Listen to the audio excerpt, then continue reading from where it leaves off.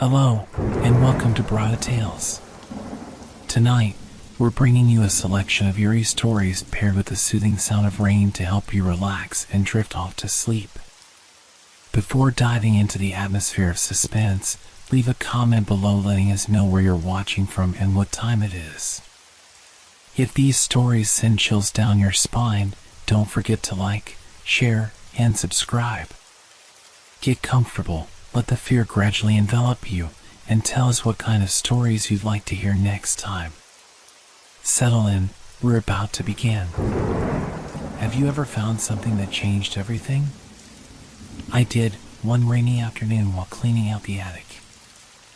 I stumbled upon an old, dusty photo album hidden beneath a pile of forgotten boxes.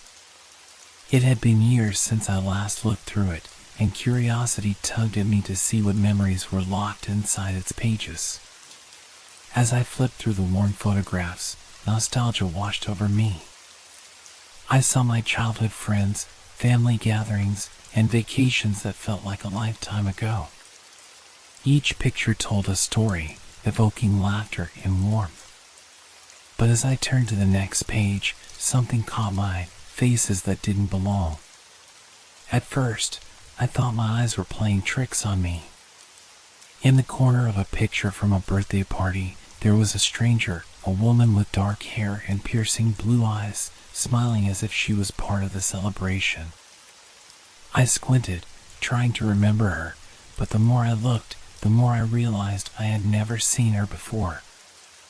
I flipped to another page, and there she was again, this time in a photo taken at the beach. The sunlight cast a golden hue, and she stood among my friends, laughing. But her presence felt out of place. I felt a chill run down my spine. How could I have missed her? I pressed my fingers against the photos, feeling the grainy texture of the paper, but my heart raced with a growing sense of dread.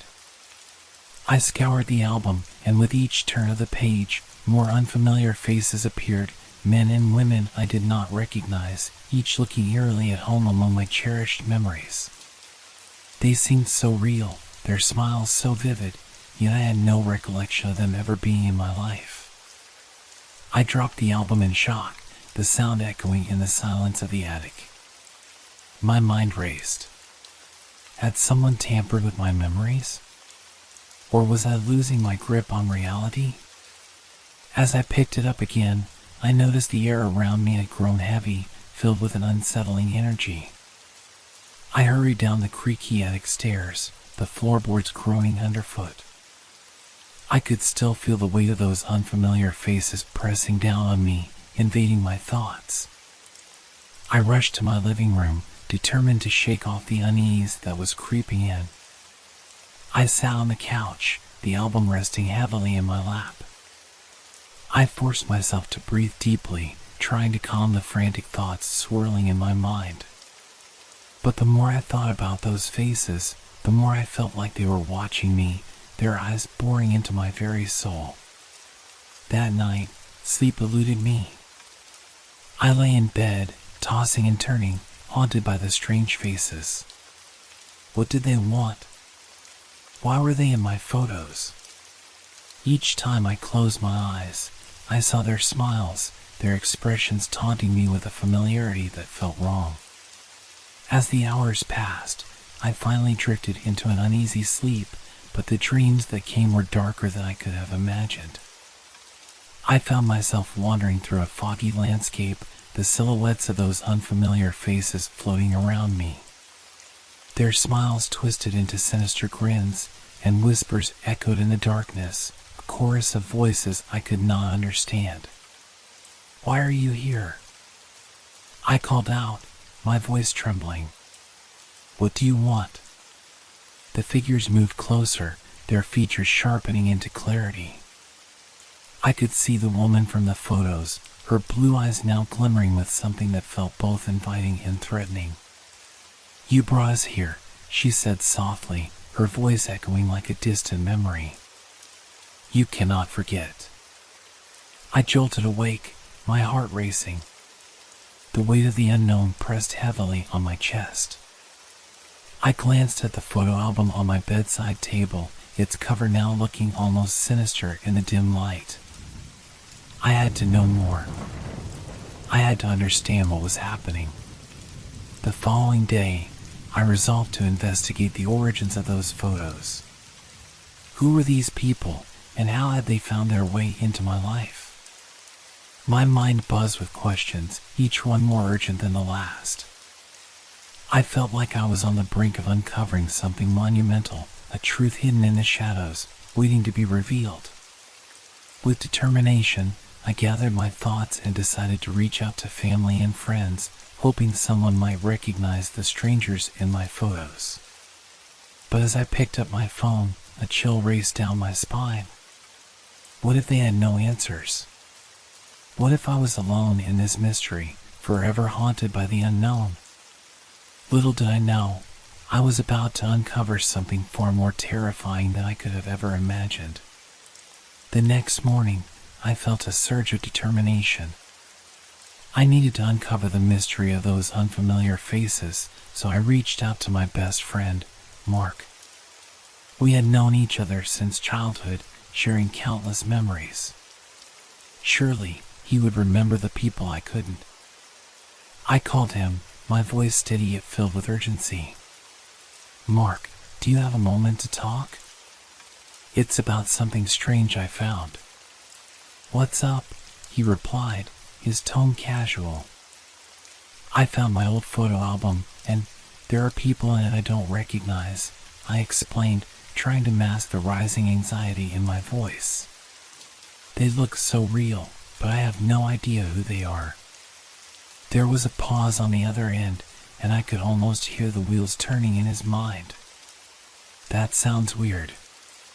Want me to come over and check it out?" "Please," I breathed, relief flooding through me. When Mark arrived, I laid the album on the coffee table, my heart pounding as I flipped it open to the page with the first unfamiliar face. "Look at this," I said, pointing to the woman with the dark hair. "Do you recognize her?" Mark leaned in closer, his brow furrowing as he studied the photograph. "No, I've never seen her before. But she looks unsettling, like she belongs in a horror movie." I felt a chill run through me at his words. I flipped to another page, showing him a man standing beside me at a school event, his grin wide and jovial. "What about him?" I asked. Mark shook his head. "No idea. I don't remember him at all." With each photo I showed him, my heart sank further. Each face was met with confusion. The shadows of doubt crept back into my mind. What if these people are, I don't know, manifestations of something? Like, what if they're trying to communicate with me? Mark looked at me, his expression shifting from concern to skepticism. "That sounds a bit far-fetched.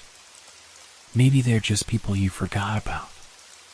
"It happens." "But they feel too real," I insisted, my voice shaking. "It's like they've always been there, lurking in the background." After a long discussion, we decided to dig deeper.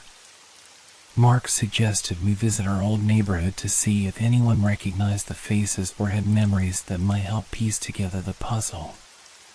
It was a long shot, but I was desperate for answers. Later that day, we made our way to the familiar streets of our childhood. As we walked past old houses and playgrounds, a mix of nostalgia and dread washed over me. The sun was setting, casting long shadows that twisted across the ground, and I couldn't shake the feeling that we were being watched. We first visited Mrs. Thompson, an elderly neighbor known for her love of gossip. As we entered her small, cluttered living room, she greeted us with a warm smile. "It's been ages. What brings you boys here?" I took a deep breath, my heart pounding. "Mrs. Thompson, I found some old photos from when we were kids, but there are some faces I don't recognize. Do you think you could help us figure it out?" Her smile faltered as I showed her the pictures. She examined them closely, her expression shifting to one of confusion and concern. "I don't recognize these people," she said slowly, her voice barely above a whisper. "But I have a strange feeling about them." "What do you mean?" Mark asked, leaning in. Mrs. Thompson looked up, her eyes wide with fear. "There have been stories, you know. Stories about people who appear in photographs who shouldn't be there. Some say they're spirits or something worse." I felt a shiver crawl up my spine. "What do you mean?" "People say that if they show up in your memories, it's a sign that they want to be part of your life," she said, her voice trembling. "But it doesn't always end well." The air in the room grew heavy with tension.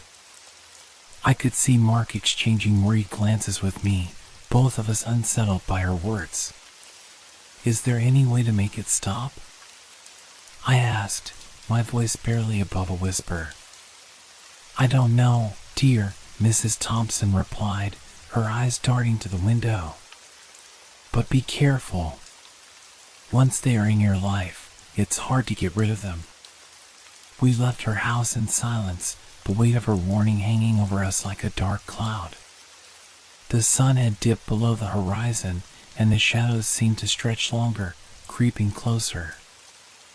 I felt a growing sense of dread. "What if she's right?" I said, my voice shaking. "What if these people are trying to take over my life?" Mark put a reassuring hand on my shoulder. "We'll figure this out together. Let's go through more of the album, see if we can find any clues." That night, we returned to my house, the photo album spread open before us on the table.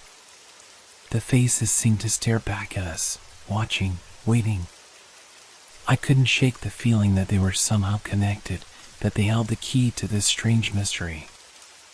As we examined the photos, a sound caught my attention, an eerie scratching coming from the back of the house. It started softly, then grew louder, a persistent noise that sent chills down my spine.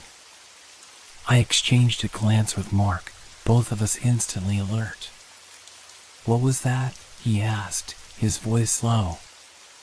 "I don't know," I replied, heart racing. "Let's check it out." We moved cautiously towards the sound, my mind racing with possibilities. What if it was just a stray cat? Or something worse? As we reached the back door, I felt a surge of anxiety. The scratching continued, almost rhythmic now, as if beckoning us closer. I took a deep breath and slowly opened the door, the old hinges creaking in the stillness. The yard was dark, illuminated only by the dim light of the moon. I scanned the area, but there was nothing there, just shadows and the whisper of the wind. Then, out of the corner of my eye, I saw it, a fleeting figure darting past the edge of the garden, vanishing into the darkness. My heart dropped. "Did you see that?" I whispered, my voice trembling. Mark nodded, his eyes wide with fear. "What was that?" I stepped outside, drawn by an inexplicable urge to follow. I had to know. The scratching had stopped, but the air was thick with tension. I moved cautiously, the grass cool beneath my feet. "Hello?" I called out, but my voice felt small and lost in the night. Suddenly, I heard it again, soft laughter echoing in the darkness. It was familiar yet foreign, sending a shiver down my spine. My heart raced as I turned to Mark. "We need to go back inside." But before we could move, a flash of light illuminated the yard. For a brief moment, I saw them, those same unfamiliar faces from my photos, standing just beyond the tree line, their expressions twisted into smiles that felt both inviting and threatening. And just like that, they vanished into the shadows. The scratching returned, louder now, as if the night itself was alive with their presence. Panic surged within me. I stumbled back towards the door, dragging Mark with me. We need to figure this out, now. As we locked the door behind us, I knew that whatever was happening was far from over. The unfamiliar faces were no longer just a mystery, they were becoming something much more sinister, and I had to confront the truth before it consumed me. The night dragged on, each minute feeling like an eternity. I sat on the couch, my mind racing as I replayed the events of the evening. Mark paced nearby, his hands shoved deep into his pockets, anxiety etched across his face. "What do we do now?" he finally asked, his voice breaking the heavy silence. "I don't know," I replied, glancing at the photo album lying ominously on the coffee table. "But we can't ignore this. Those faces, they're not just figments of my imagination. They're somehow connected to me." Mark nodded, clearly shaken. "You need to figure out what they want. Maybe there's something you can do to stop it." I took a deep breath, trying to steady my thoughts. What if they're tied to something in my past? Maybe I need to dig deeper into my memories. I have to find out if there's a connection. "Let's go through everything in that album again," Mark suggested. "There has to be a clue in there." As we flipped through the pages, I felt a sense of urgency growing. Each photograph held a piece of a puzzle that was becoming increasingly disturbing. But no matter how many times I looked, I still couldn't remember any of the unfamiliar faces. Then, I stumbled upon a picture from a family gathering when I was just a child. My heart raced as I pointed to a woman standing in the background, her face partially obscured. "This one, look. She's here again, but I don't remember her." Mark squinted, leaning closer. "Wait, isn't that?"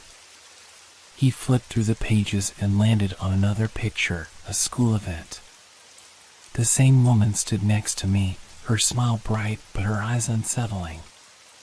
"Yeah, she's in this one too," he said, his voice trembling. "But what does it mean?" I felt a knot tightening in my stomach. I have to find out who she is. Maybe she's connected to all of this. With renewed determination, I decided to visit my parents the next day. They had always been the keepers of our family history, and perhaps they could shed light on the mystery. The next morning, I arrived at my childhood home, a place filled with warm memories and the scent of freshly baked cookies. My mother greeted me with a smile, but I could see the concern in her eyes as I shared the details of my discovery. "I found these photos, Mom.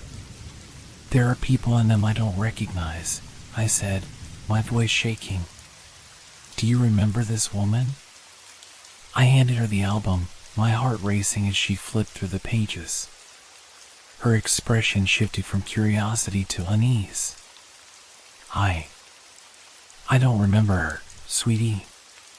But it's strange. I feel like I've seen her before." "Seen her where?" I asked, feeling a spark of hope. "Maybe at one of the family reunions. We have so many people come and go. It's hard to keep track," she said, her brow furrowing in thought. "Mom, could you ask around? Maybe someone else remembers her?" I pressed, desperate for answers. She nodded, her expression turning serious. "Of course, I'll reach out to the family. But you need to be careful. If these people are showing up in your memories, it's important to take this seriously." As I left my parents' house, I couldn't shake the feeling that time was running out. I needed to uncover the truth before it was too late. That evening, I returned home, but the atmosphere felt different. The air was thick with an unsettling energy, and the shadows in my house seemed to stretch longer. I hesitated before opening the door, a sense of dread gnawing at my insides. Once inside, I was hit by a sudden chill. I turned on all the lights, trying to dispel the darkness that felt like it was closing in on me. I glanced at the photo album on the table, the familiar faces staring back with an eerie intensity. Just as I settled onto the couch, a soft knock echoed from the back door. My heart raced. I stood up slowly, feeling a mix of fear and curiosity. "Hello?" I called out, my voice trembling. No response. I approached the door, hesitating for a moment. What if it was just my imagination? Or worse, what if it was something far more sinister? But the knocking continued, insistent and rhythmic. I gripped the doorknob and opened it a crack. The yard was empty, cloaked in shadows. I peered into the darkness, my heart pounding. Suddenly, a flash of movement caught my eye. I turned, and there she was, the woman from the photos, standing just beyond the tree line. Her dark hair danced in the wind, and her blue eyes locked onto mine with an intensity that sent shivers down my spine. "Why are you here?" I whispered, my voice barely audible. She stepped closer, the shadows swirling around her. "You have to remember," she said, her voice hauntingly familiar. "You have to remember us." Panic surged through me. I slammed the door shut and locked it, my breath quickening. What did she want from me? I rushed to the living room, my mind racing. I had to confront this.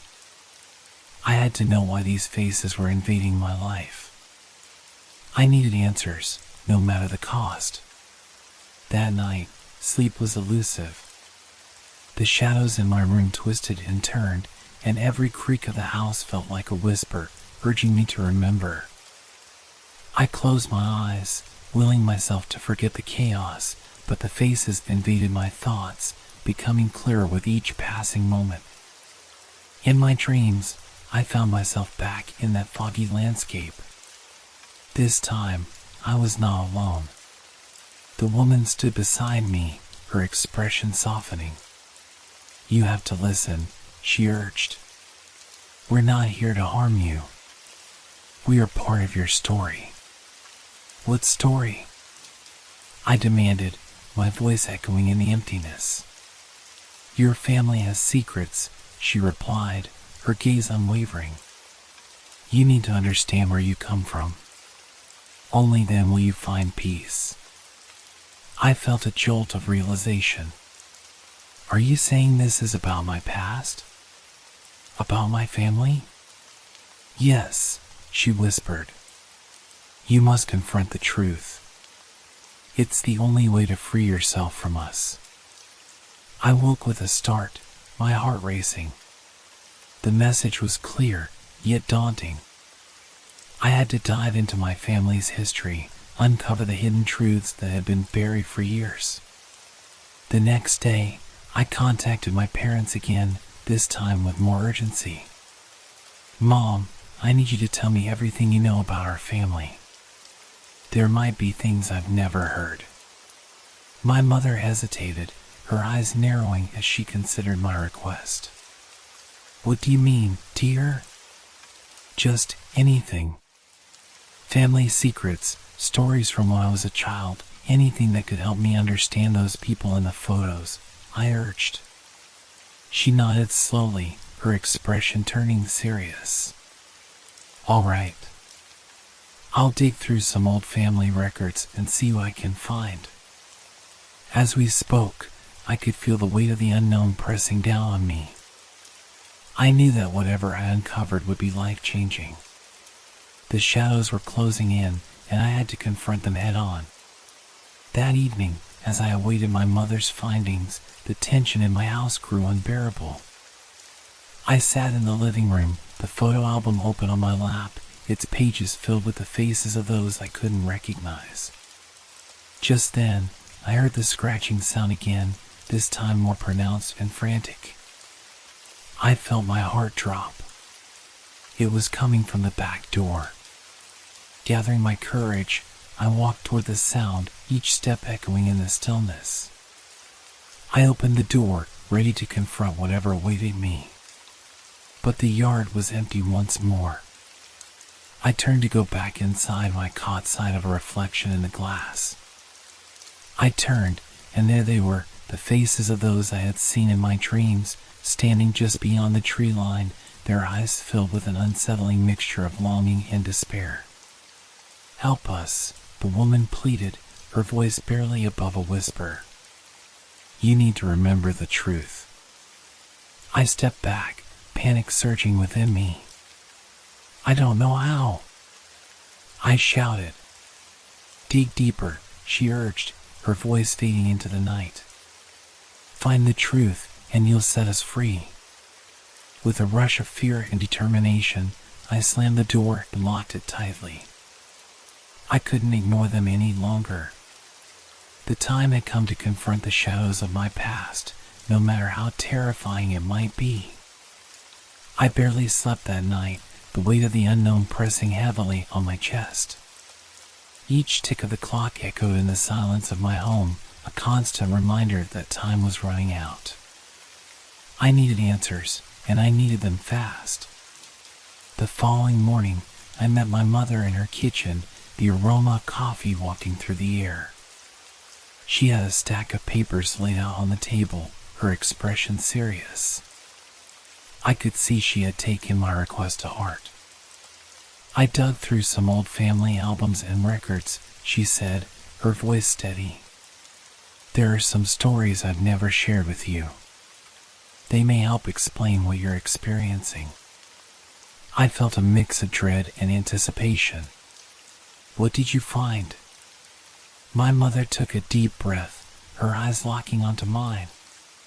"There's a history in our family, tragedies and events that seem to repeat. Generations of loss. You might find it unsettling." "Just tell me," I urged, my heart racing. She began flipping through the papers, stopping at a photograph that caught my eye. It was a faded image of a gathering filled with faces I didn't recognize. "This was taken at your great-grandmother's funeral," she explained. "But look closely at the background." I squinted, my breath hitching in my throat. There she was, the same woman from my dreams and the photos, standing quietly in the corner, her expression unreadable.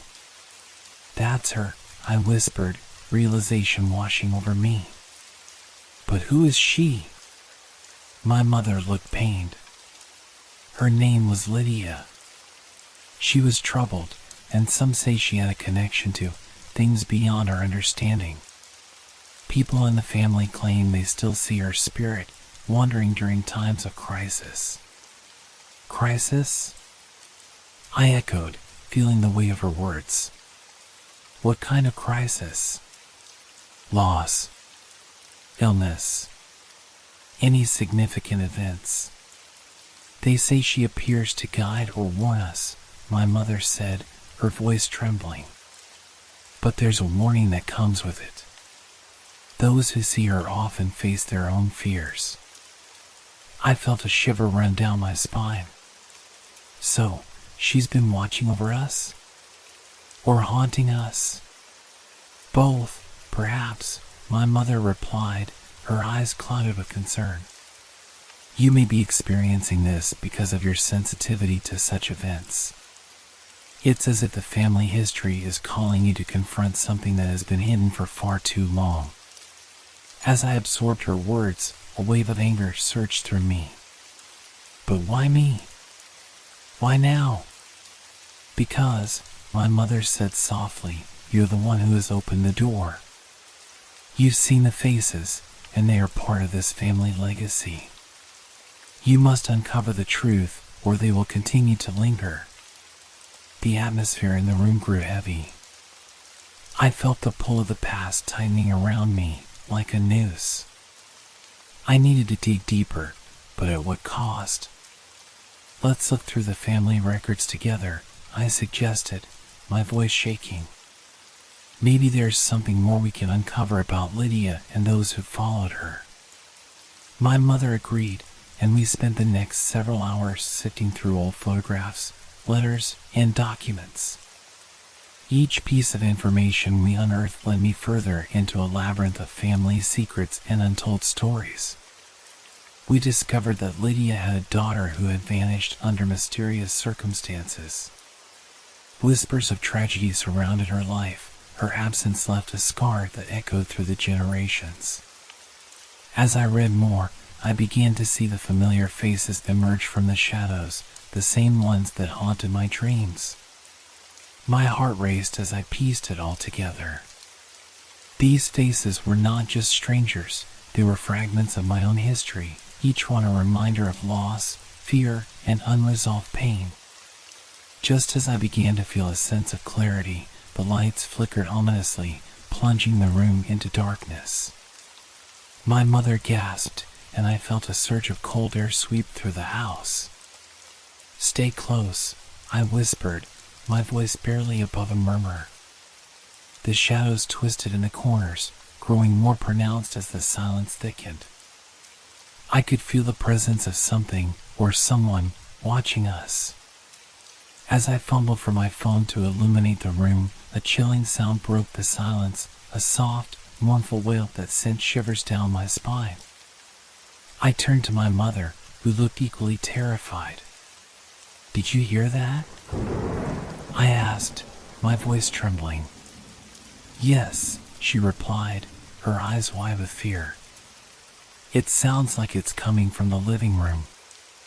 We slowly made our way toward the source of the sound, each step heavy with dread.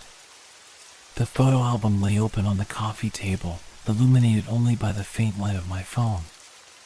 Suddenly, the wailing intensified, echoing around us as if the walls themselves were mourning. I felt my pulse quicken. "This is about Lydia," I said, realization dawning. "She wants to communicate." "Or to warn us," my mother added, her voice tight with fear. Just then, the shadows coalesced into a figure, a translucent silhouette of the woman I had seen in the photos. Lydia stood before us, her expression a mixture of sorrow and urgency. "Listen," she implored, her voice echoing in the stillness. "You must confront the truth. Only then will you find peace. Why are you showing yourself now?" I demanded, my heart racing. "What do you want from us?" "You carry the burden of our past," she replied, her voice laced with sadness. "You are the key to breaking the cycle. Uncover the truth of my daughter's disappearance, and you will free us all." My breath caught in my throat. What happened to her? Lydia's form flickered, a shadow of her former self. "You must seek the answer in the depths of your family's history. It lies within the lost records. You have the strength to uncover it." Before I could respond, the lights flickered back on, and Lydia's figure dissipated into the air, leaving only a lingering chill behind. "What just happened?" my mother asked, her voice shaky. "I don't know," I admitted, feeling overwhelmed. "But I know what I have to do. We need to find more about Lydia's daughter and the events that led to her disappearance. This isn't over." With renewed determination, we returned to the records, poring over every detail. I was driven by an urgency to understand my family's legacy, the roots of our fears, and the shadows that refused to let go. As we delved deeper, I could feel the connection to Lydia and the other faces intensifying. Each piece of information I uncovered felt like a thread being pulled, weaving together a tapestry of my family's hidden past. But with each revelation came a growing sense of dread. I knew that the answers wouldn't come easily, and the deeper I ventured, the more the shadows closed in around me. By the time night fell again, I was exhausted but resolute. I glanced at the clock, noticing it was past midnight. I felt a shift in the air, as if the house itself was holding its breath.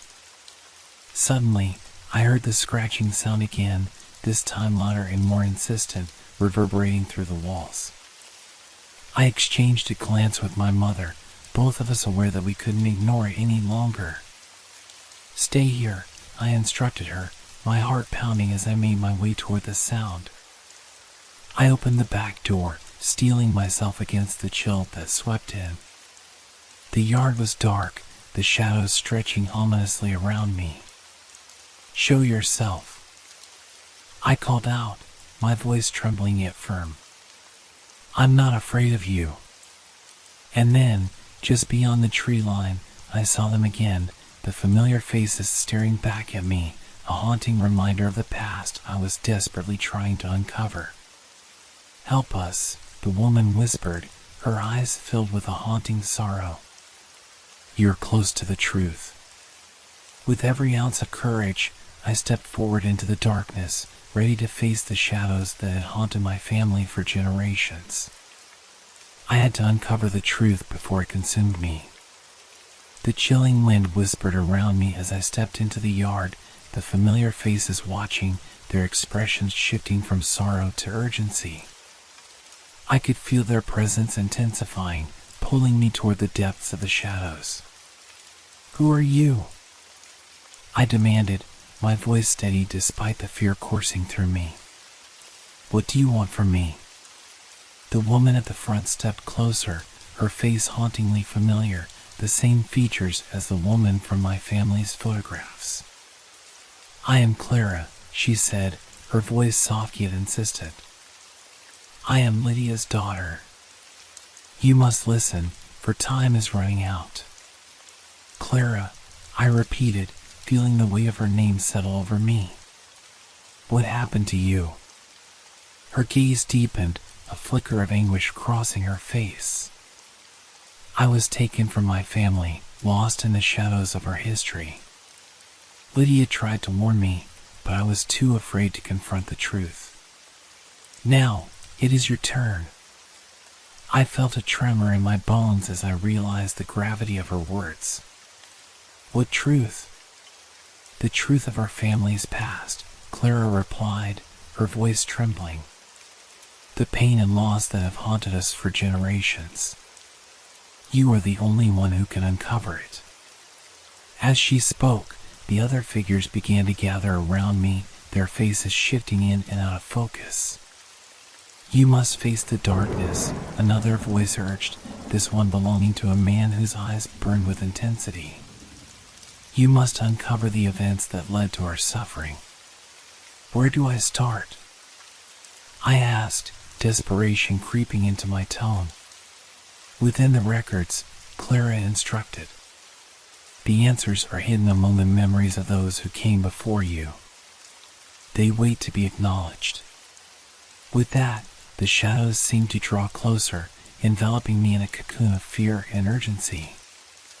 I turned back toward the house, feeling the weight of my family's history pressing against my chest.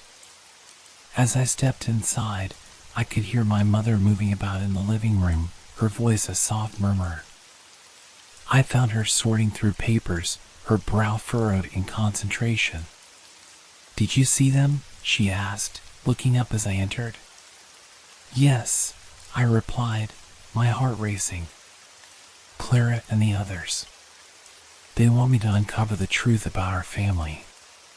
We need to go deeper into the records." My mother nodded, her expression resolute. "Then let's do it. We have to confront whatever is hidden in our past." We returned to the kitchen table, now cluttered with old photographs and letters. The atmosphere was thick with anticipation as we sifted through the remnants of lives lived and lost. Each page seemed to whisper secrets, urging us to listen. Hours passed as we searched, piecing together fragments of stories and events. There were letters of mourning, mentions of a tragic fire that had claimed lives, and vague references to something dark lurking in our lineage. Finally, we uncovered a dusty envelope tucked away at the bottom of an old box. Inside was a collection of handwritten letters dated long before my birth, detailing a struggle between family members over an inheritance, something tied to a lost heirloom. This could be it, I said, feeling the pulse of urgency in my veins. It could have caused the rift in our family. As we read through the letters, the pieces began to fall into place. Clara had been caught in the middle of the conflict, her disappearance linked to the very tragedy that had shaped our family's fate. Suddenly, the room grew cold, and I could feel the presence of the spirits surrounding us again. The lights flickered ominously, and a low hum filled the air. Listen closely, Clara's voice resonated in my mind, echoing with urgency. You must confront the truth that lies beneath the surface. The key is hidden where the fire began. What do you mean? I asked, fear creeping in again. Where? Back to the old house, she urged. The place where it all happened. My heart raced at the thought. The old family home, long abandoned and rumored to be haunted, held the key to unraveling the truth. I knew I had to go, and I had to go soon. Let's go, I said to my mother, my determination outweighing my fear. We have to face this together. She nodded, her eyes wide with apprehension but resolute. Let's find the truth. We quickly gathered flashlights and made our way to the car. The drive felt surreal, the night closing in around us, and the memories of the past echoing in the silence. As we approached the old house, its silhouette loomed against the moonlit sky. The windows were dark, like eyes that had seen too much. I can't believe we're doing this, my mother whispered, gripping the seat tightly. We have to, I replied, steeling myself for what lay ahead. For Clara and for everyone who suffered because of the darkness in our family. The car stopped, and we stepped out into the chilling night. The air was thick with tension, and the trees swayed ominously, as if warning us to turn back. We approached the front door, which creaked open at the slightest touch, revealing a dimly lit interior filled with shadows. The smell of smoke lingered in the air, a reminder of the fire that had consumed the home long ago. Where do we start? My mother asked, her voice barely above a whisper. Follow me, I replied, my heart pounding in my chest. We need to find the source. As we ventured deeper into the house, the atmosphere shifted, the air growing heavier with each step. The walls seemed to close in around us, whispering secrets of the past. We entered the living room, and I could almost see the memories play out before my eyes, the laughter of family gatherings, the warmth of love, and then the devastating flash of flames. Over there, I pointed to a charred spot on the floor where the fire had been most intense. This is where it started. Kneeling down, I ran my fingers over the blackened wood, feeling a strange energy pulse beneath my touch. This is it, I said, my voice trembling. The beginning of our family's suffering. Suddenly, the temperature dropped dramatically, and the shadows danced around us. Clara's voice broke through the silence, stronger now. You must reclaim what was lost. Only then can we find peace. I closed my eyes, feeling the weight of the past pressing down on me. What do I need to do? Face your fear, Clara urged, her presence enveloping me. Embrace the truth.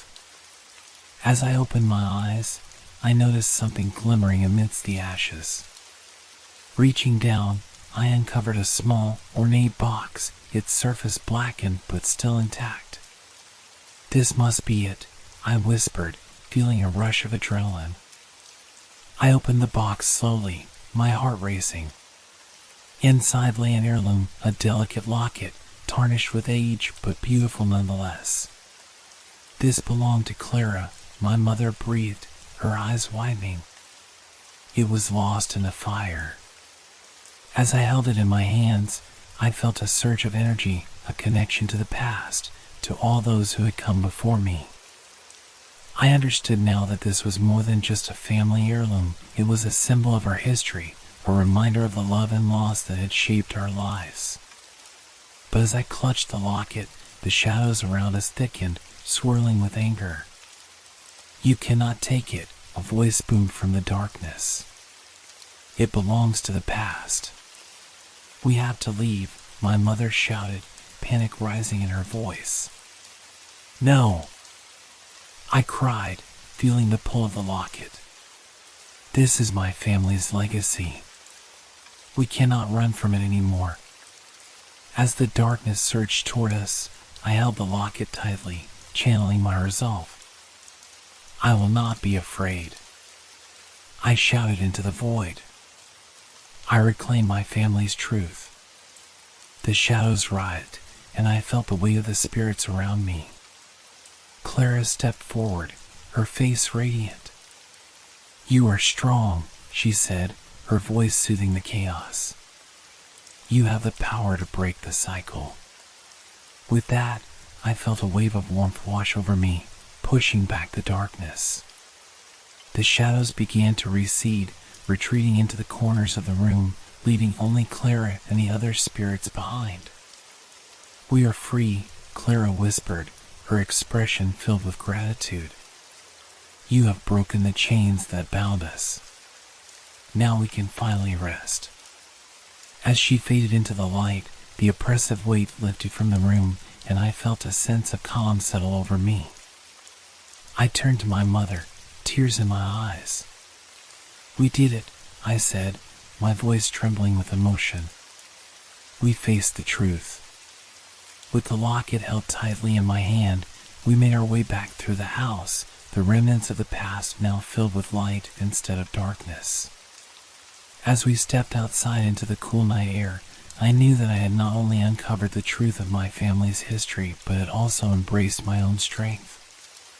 In that moment, I understood that the shadows would always be a part of me, but they no longer held power over my life. I had faced my fears and emerged stronger, ready to honor my family's legacy with the love and light it deserved.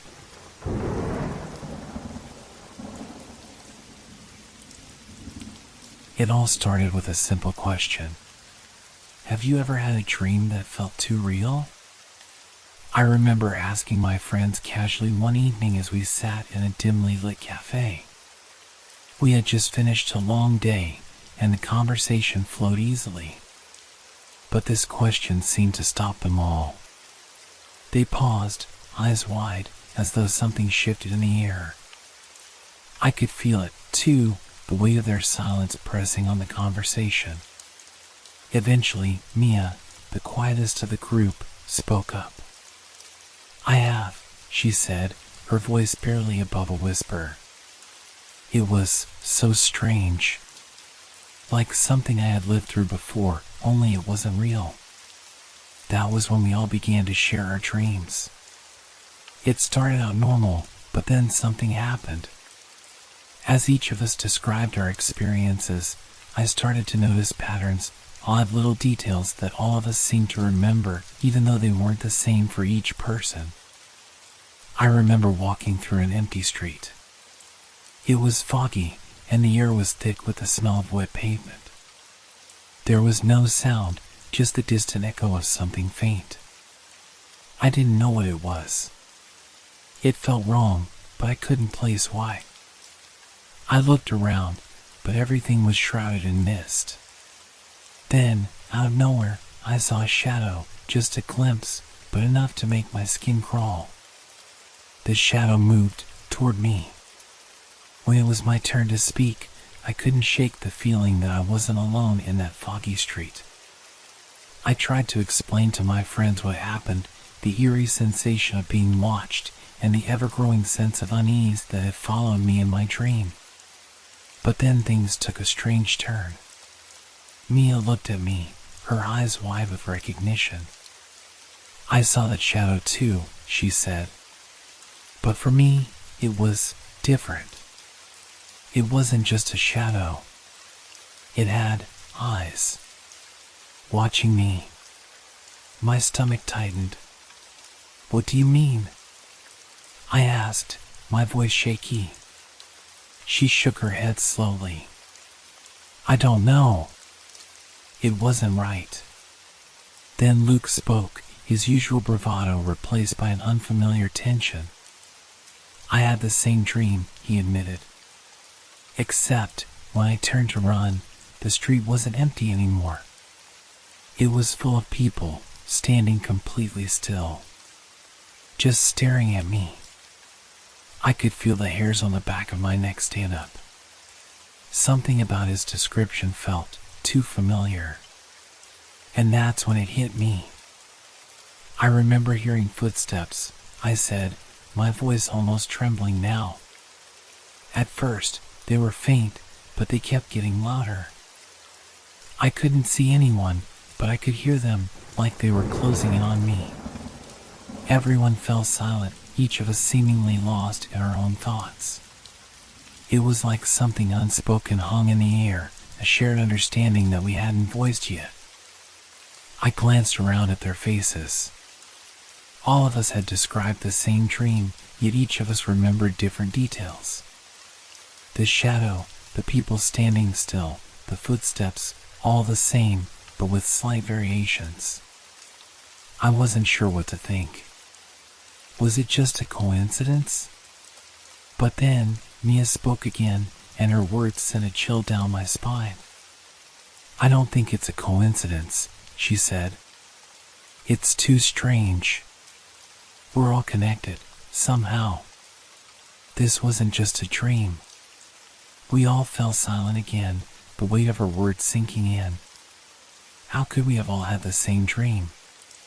It didn't make sense. We weren't all friends because of any shared history. Some of us had only met in the past few months. But somehow, we all shared this experience. And as the room grew quieter, I couldn't shake the feeling that something was watching us. Something beyond the walls of the cafe, something that knew our deepest fears. Something that had brought us all together in this shared nightmare. The sound of footsteps echoed in my mind. Slowly, steadily, growing louder. And in that moment, I realized that this wasn't just a dream. It was something more. Something that was reaching out to us. But why? And what did it want? The question lingered in my mind as I looked around at my friends, their faces pale and uncertain. We all knew something was coming, but none of us knew how to stop it. And that's when the real fear set in. It wasn't just the dream that felt off now. It was the feeling that followed us, lingering even when we were wide awake. The cafe, once warm and comforting, felt cold and distant. We left that night with uneasy smiles, avoiding eye contact, as if any spoken words might break the fragile reality we were clinging to. I tried to shake off the lingering thoughts as I walked home, but it was like the shadows themselves were following me. The fog had rolled in thicker than usual, and the street lamps cast long, crooked shadows across the sidewalk. The silence felt suffocating, like the city itself was holding its breath. I could hear my own footsteps echo, but in the distance, I swear I heard another set. Soft, almost imperceptible, but unmistakable. It was like someone was following me, just out of sight. I quickened my pace, heart pounding in my chest, trying not to let the fear take over. But no matter how fast I walked, the footsteps seemed to match my rhythm. I stopped. They stopped. I turned around, but there was no one there. "Get a grip," I muttered to myself, trying to ignore the creeping paranoia. It had to be my imagination. After all, what was the chance that this strange dream was somehow real?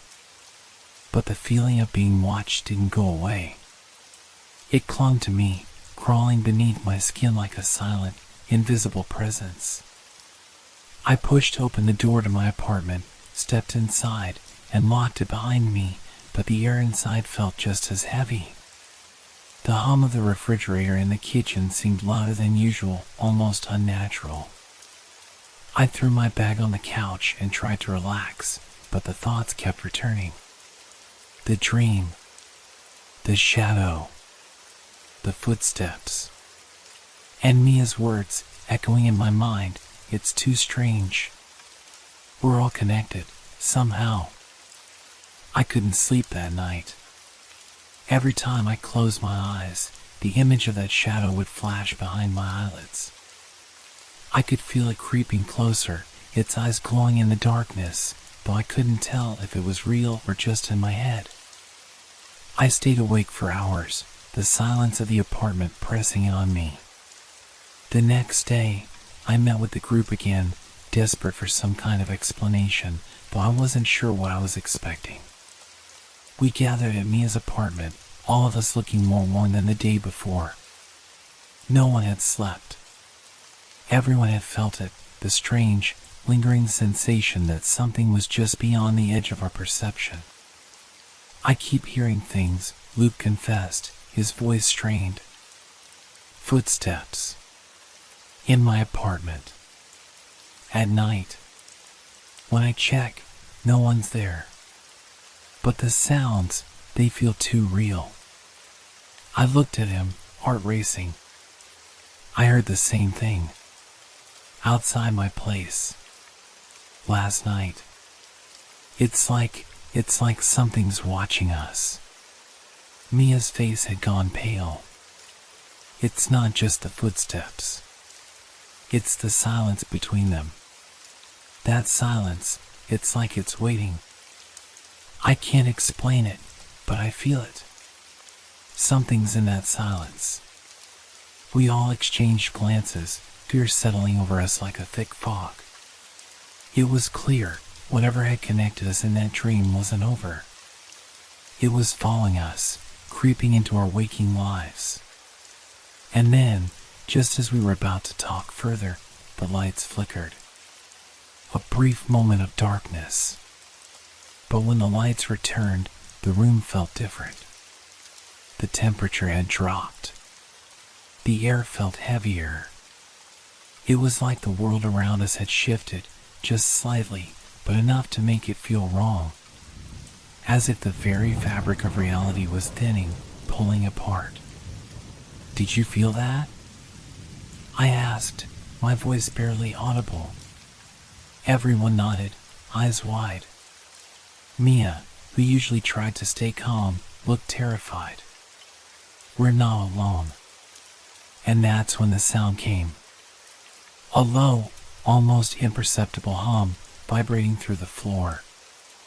At first, I thought it was just my imagination, but then it grew louder, clearer, like a voice, like something trying to communicate, but in a language none of us could understand. I froze. The hum didn't stop. It was getting closer, like it was circling us. And then, there it was again. The footsteps. But this time, they were closer. I turned toward the door, my breath catching in my throat. The air felt colder, and when I looked back at my friends, I saw the same fear mirrored in their eyes. Something was coming. Something we couldn't escape. I felt a chill crawl up my spine, the reality of the situation sinking in. The dream was no longer just a dream. It had bled into the waking world. And we were all trapped in it. Was this the game it wanted to play with us? I thought. A game where no one gets to win. The sound of the footsteps grew louder. And then, all at once, the lights went out. The darkness swallowed us whole. At first, it was just a void, a thick, suffocating blackness that cut off all light, all sound. My heart hammered in my chest as I reached out, feeling the cool air around me. But I couldn't see anything. I couldn't even see my own hands in front of my face. Is anyone else here? Luke's voice cracked, a slight tremor in his words. Hello? No answer. I could hear my own breathing, shallow and fast, echoing in the darkness. The humming noise had stopped, replaced by an eerie, unnatural silence. It was as though the world itself had fallen completely still. Stay calm, Mia's voice came through the black, soft but trembling. We'll be fine. Just don't move. Don't do anything. But I couldn't stop myself from moving. My feet shuffled forward, instinct urging me to go somewhere, anywhere, just to escape the sensation that something was circling me in the dark.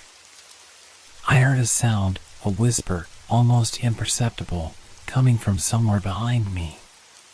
My body froze. It was as if the whisper had brushed my ear, but there was no one there. Mia? I whispered. My voice was barely audible, swallowed by the darkness. Luke? No response. The silence pressed down on me, thick and suffocating, until a distant sound broke through. The footsteps again. Louder now. Steady. They were no longer outside the room. They were inside, close. But where were they coming from? A flicker. Just a brief flash of light. And then it was gone. The room was still dark. No one moved. No one dared to speak. I couldn't tell how much time had passed before the lights flickered again, this time longer. I could see shapes, blurred, indistinct shadows, moving across the room. But there was no sign of my friends. The shapes took form, becoming more defined, but still just out of reach, like figures in a dream. The air grew colder, sharp, biting, and a low sound, almost like a growl, rumbled through the walls. I backed away, my breath catching in my throat. Where are you? I called, my voice shaking now, the fear undeniable. And then, the figure stepped into the light. It wasn't human. Not entirely. It was tall, too tall, its limbs unnaturally long and thin. Its face, if it could be called a face, was a blur of shadow, a distortion of nothingness that seemed to shift, like it was made of the darkness itself. I could see eyes, too many of them, glowing dimly in the empty space where its face should have been. They flickered, watching me, following my every movement. I couldn't breathe. My body refused to move. My feet felt glued to the floor as the figure took a step closer, the sound of its footsteps ringing in my ears, echoing through the still air. I heard a faint, distorted laugh, soft, almost like a whisper, but chilling. It wasn't a sound I could place. It was wrong, so wrong. And then, as quickly as it had appeared, it vanished.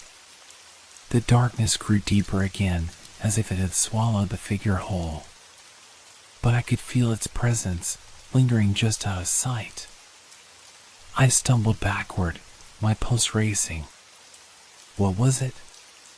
What had just happened? Was it a part of the dream? Or was it something else entirely, something that had crossed over from that shared nightmare into the waking world? Then, a voice, Luke's, shouted, breaking through the silence. Get out of here. Move. I didn't need any more encouragement. My legs moved before I even thought about it, running blindly through the room, colliding with something solid, a wall, a piece of furniture, but I kept moving, my feet slamming against the floor, my mind screaming to get out. Somehow, the lights flickered back on. The room was just as it had been, familiar, ordinary, with nothing out of place. But the air was different. Thick. Tense. I turned to find Luke, Mia, and the others standing in the center of the room, staring at me with wide eyes. They were as shaken as I was. We didn't need to say anything. We all knew. We had felt it. We had seen it. The game was real. We need to leave, I said, voice hoarse, fear cutting through me. We need to get out. It's here.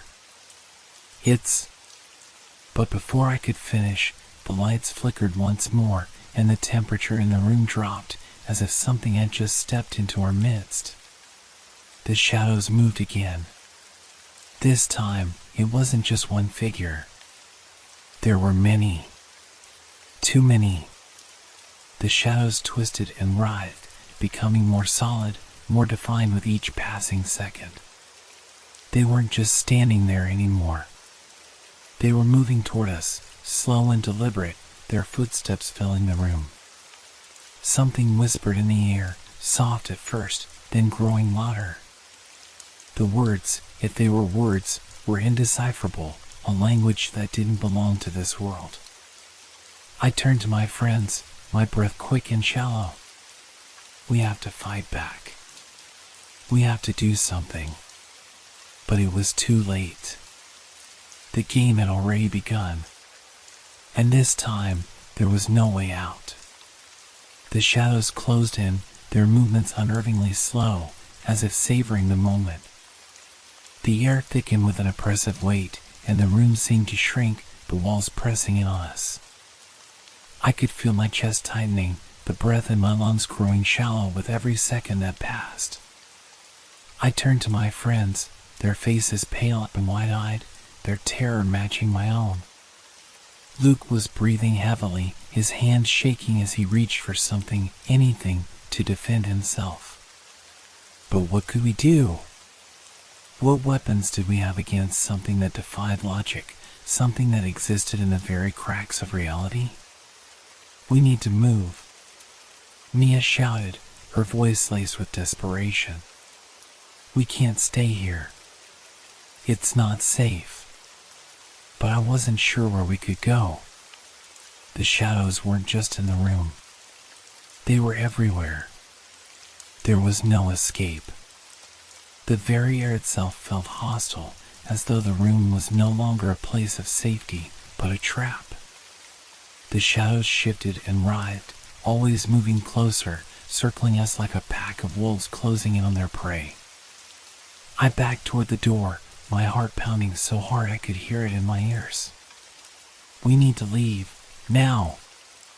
But just as I reached for the handle, the door slammed shut with an ear-splitting bang, as if the darkness itself had sealed us in. I recoiled, stumbling backward, my mind racing. What the hell? The door. It's locked, Luke said, his voice strained as he yanked on the handle. There's no way out. Panic surged within me, cold and sharp. I looked around, my mind desperately searching for an escape. The windows were darkened, the glass distorted by the shadows outside. It was like the world beyond the walls no longer existed, like we were trapped in a space that didn't belong to reality anymore. And then, I saw it. A figure stepped out from the shadows, emerging from the corner of the room. It was tall, impossibly tall, its form stretched and distorted, moving in ways that no human could. Its face was a swirling mass of darkness, an ever-changing blur that never stayed the same for more than a moment. Its eyes, too many of them, glowed faintly, and I could feel them on me, drilling into me, as though they could see my every thought, my every fear. And then, it spoke. Its voice was soft, almost gentle, but it sent a cold shiver through my entire body. You've been chosen, it said, the words slithering through the air like a venomous whisper. You are part of the game now. You cannot escape. My blood ran cold. What do you want from us? I managed to choke out, my voice barely above a whisper. The figure didn't answer. Instead, it raised its hand, a long, skeletal appendage, and with a single, fluid motion, the room seemed to twist. The walls bent, the ceiling warped, and the floor shifted beneath us, as though the room itself was no longer a solid place, but something that could bend, something that could change. I stumbled, feeling the ground beneath me tilt and twist, but I didn't have time to process what was happening. My focus was entirely on the creature in front of me. It was getting closer. Mia screamed as she backed away, but there was nowhere to go. The shadows had already filled every corner, and now they began to take shape, forming more figures. They were indistinct, featureless, but their presence was undeniable. They surrounded us, drawing closer with each passing second. I grabbed Mia's arm, pulling her toward the corner of the room, my mind racing. We have to stay together. We have to fight. But how? How could we fight something that wasn't even real? Something that existed outside of the laws of our world? The creature seemed to enjoy our terror, its form shifting like liquid, undulating as if it fed off our fear. It laughed again, low, guttural, a sound that grated against my nerves. Run if you can, it taunted, its voice smooth and mocking. But you won't make it far. The game has already begun. Before I could react, the shadows moved again, faster now, closing in from all sides. The air grew colder, and the whispers grew louder, voices overlapping, speaking in languages I couldn't understand, filling the room with an unbearable cacophony. And then the ground beneath us cracked. The floor split open with a violent roar, and we were plunged into darkness. I felt my stomach lurch as I fell, the sensation of falling too fast, the air rushing around me, until... thud. I hit the ground hard, the impact jarring my body. I gasped, sucking in air as I scrambled to my feet. The darkness was complete here, but I could feel something, some presence in the air, pressing in on me from all sides. We're in a different place. Luke's voice came from somewhere in the dark, shaky but determined. We're not in the room anymore. I tried to speak, but the words caught in my throat. It was true. The room was gone. We were somewhere else now, somewhere I couldn't understand. The air smelled different, damp and earthy, and the ground beneath us felt cold, uneven. I could hear movement, distant but unmistakable, the sound of something stalking, waiting. And then, from the distance, the figure appeared again. It wasn't alone this time. There were more of them. Shadows, shapes, all of them watching us. This was it. The game was no longer confined to a single room. It had opened up, and we were in its world now. And the hunt had begun. I couldn't breathe. My chest was tight, my head spinning. The air in this new place was thick, heavy with the scent of decay and something else, something faintly metallic. It felt wrong. Every step I took felt like I was walking through a dream, but one where the rules of reality no longer applied. I looked around, trying to make sense of our surroundings, but all I could see was more darkness, more shadows. The figures that had surrounded us in the other room were here now, standing just outside our reach, waiting. They didn't move, not yet, but their eyes, those eyes, stared at us, their unblinking gaze drilling into my soul, as if they knew every fear I'd ever had. Mia was next to me, her hand clutching mine so tightly I thought my fingers might break. Luke was on the other side of the room, his body tense, his eyes darting around. He looked like he was about to run, but there was nowhere to go. The silence was unbearable. It pressed down on us, stifling any hope of thinking clearly. The only sound was the beating of our hearts, louder than anything else. I don't know where we are, Mia whispered, her voice trembling. But we can't just stay here. We need to find a way out. I nodded, trying to steady my breathing. We need to stay together. Whatever we do, don't split up. But even as I said the words, I knew it was pointless. There was nowhere to run. No escape. The shadows were everywhere, watching, waiting for us to make a mistake. And then, without warning, the figures moved. It was a blur, like shadows stretched and twisted into shapes that defied all logic. They moved swiftly, soundlessly, faster than any human could. And in that moment, I knew. They weren't just watching. They were hunting. I grabbed Mia's arm, pulling her toward the nearest tunnel, if that's what it even was, an opening in the ground that seemed to lead deeper into the darkness. But before we could take a single step, the ground shook. The walls, if they could even be called walls, began to pulse, and the air grew colder, colder than I thought was even possible. It was like the entire place was alive, shifting, changing. Get to the tunnel. Luke shouted from across the room, his voice frantic. Hurry! We ran.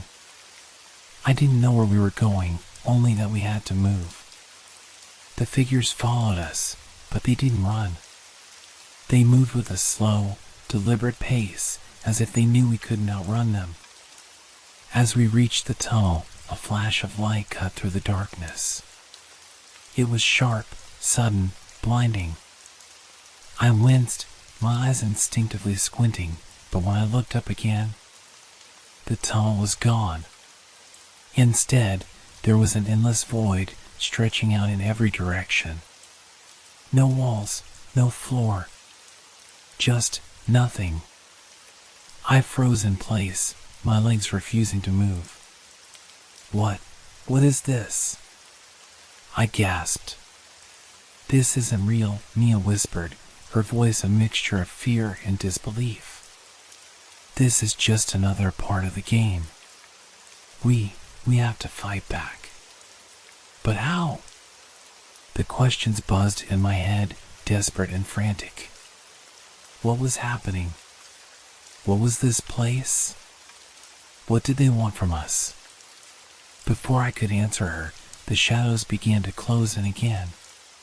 But this time, it wasn't just a feeling. This time, they reached for us. I could feel the air shift around me, the pressure mounting as though the very space itself was tightening, drawing in, making it impossible to escape. The figures, now clearer in the light, were no longer just dark shapes. They had faces, horrible, contorted faces that seemed to flicker in and out of existence. Their mouths were open, wide, too wide, and I could hear a low, growling sound emanating from them like a distant storm. I took a step back, my pulse pounding in my ears. No, please. But they didn't listen. They advanced, closer and closer, their movements deliberate, slow, as if they were savoring the moment. I wanted to scream, to run, but my body refused to obey. The fear had paralyzed me. The shadows were everywhere now. The air was thick with their presence. And then, as I turned to look at my friends, I saw something that made my heart stop. Mia was gone. I couldn't process it at first. One moment, she was beside me, and the next, she wasn't. There was no scream, no struggle. Just nothing. She had disappeared. Where did she go? I gasped, my voice hoarse. Mia? Luke looked just as lost as I felt, his eyes wide, scanning the darkness. What happened? What's going on? The figures had stopped moving. They were just standing there now, waiting. And then, in a voice that was both terrifying and oddly familiar, one of the figures spoke. She was never supposed to be part of this, it said, its voice low and cruel. But you are. I staggered backward, my mind racing. What do you mean? What do you want from us? The figure stepped forward, its face shifting, twisting like liquid. We want to see how long you'll last. How long you can fight. And that's when it hit me. This wasn't just a game. It wasn't just about survival. It was about testing us, pushing us to our limits. And we had no choice but to play. As the shadows closed in, I knew one thing for sure. There was no way out.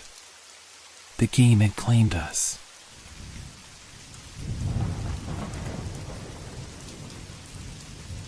Have you ever had the feeling that someone was watching you even when you were alone? That unsettling sensation, like eyes on the back of your neck, even though you know there's no one there? I never used to think much about it.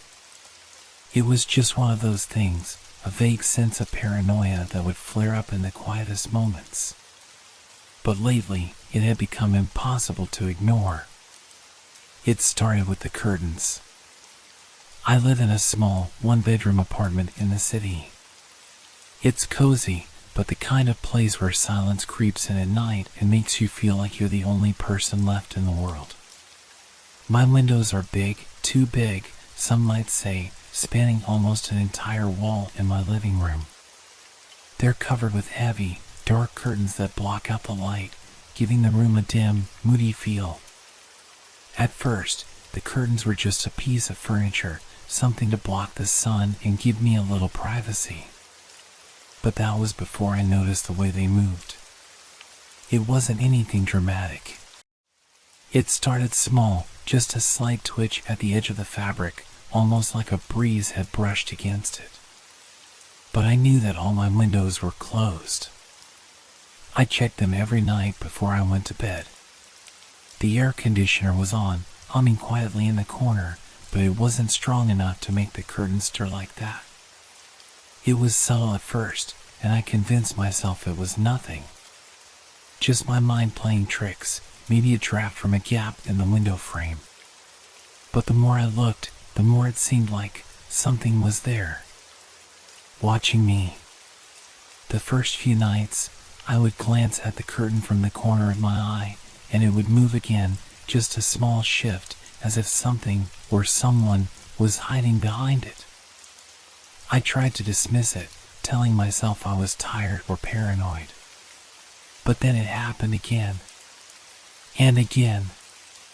And then, one night, it was more than just a slight shift. I had been sitting on the couch, scrolling through my phone, when I noticed the curtain move more significantly.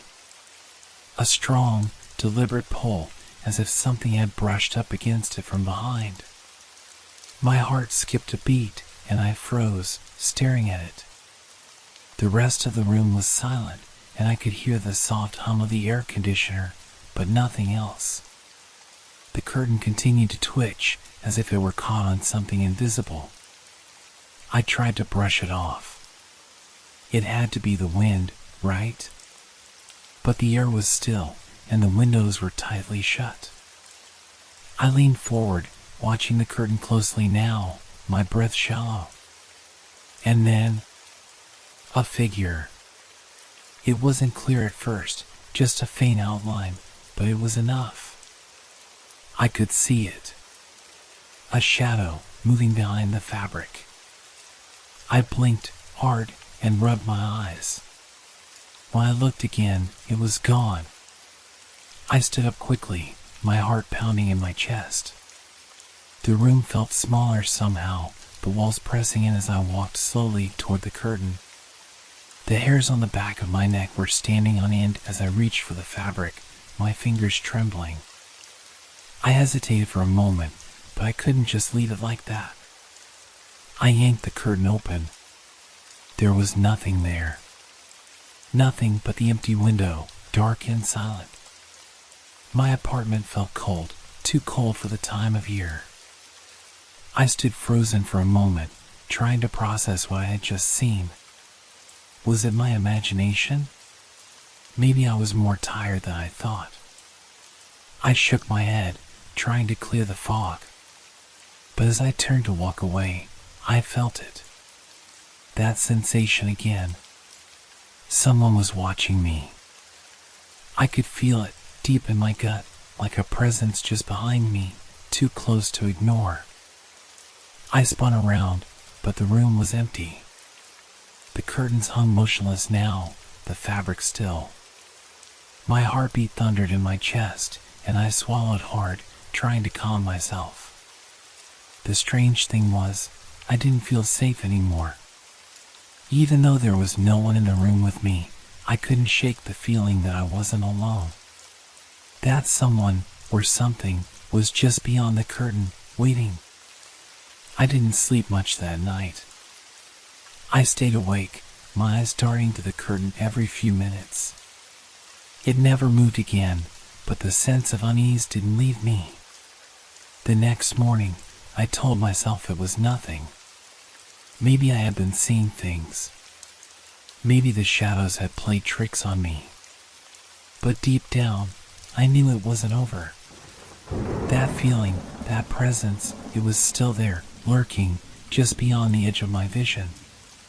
And then, later that evening, I saw it again. The curtain moved. This time, it wasn't just a twitch. It was as if someone had pushed it from behind, just enough to make it shift. The fabric rippled ever so slightly, as though something, or someone, was watching me from the other side. But the windows were closed.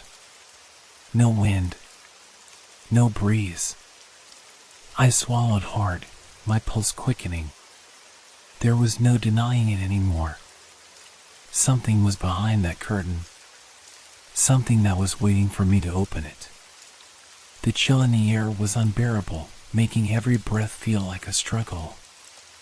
I couldn't shake the feeling that something was closing in on me, but every time I turned to look, there was nothing except the curtains. I stayed as still as I could, not daring to take my eyes off them. The movement, no matter how slight, was enough to make the hairs on my arms stand on end. But now, the unease was creeping deeper into my mind. It wasn't just the fabric twitching. It was the silence, the suffocating silence that pressed in around me. I stood frozen, my hands still hovering just above the curtain, too afraid to touch it, too afraid to move. My heart thudded in my chest. I felt like I was being watched, and it was no longer a vague sensation. It was a heavy, suffocating reality. I glanced toward the rest of my apartment. The dim light from the kitchen spilled into the living room, but the shadows seemed deeper now, more ominous. I couldn't remember the last time I'd felt this unsettled. The soft hum of the refrigerator in the other room only seemed to heighten the stillness. I tried to focus, to find some sense of normalcy, but my mind kept returning to the curtains. The room felt too quiet, too empty, and I couldn't help but think about the figure behind the fabric. I had to know what it was. I had to look. Taking a deep breath, I steeled myself and pulled the curtain aside, my fingers trembling. The air seemed to shift, a sudden coldness washing over me, and as I yanked it back, nothing. There was nothing but the window. No shadow. No figure. Just the night outside, the city lights twinkling faintly in the distance. I let out a breath I didn't know I was holding, but the relief didn't last. My mind wouldn't stop racing. Something was off. It wasn't just in my head. The curtain was still, unmoving now, but I couldn't bring myself to relax. I stepped back slowly, my eyes scanning the room, the corners of my apartment where shadows clung to the walls. I turned toward the kitchen to grab a glass of water, anything to distract myself, but when I did, I noticed something strange.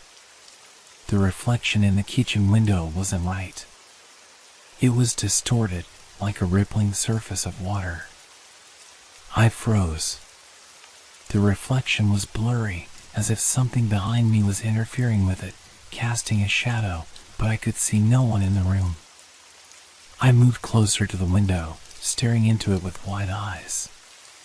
And then I saw it, just a flicker in the corner of the reflection, a shape moving behind me. It was the same movement as the curtain. I spun around quickly, but there was nothing. No one. I felt the weight of the silence, thick and oppressive. My stomach twisted. What was happening? I turned back to the kitchen window, my breath catching in my throat. This time, the reflection was clearer. The shape was there again, just behind me, but now it was no longer just a blur. It was a figure, human-like, dark and indistinct, standing too still. I swallowed hard.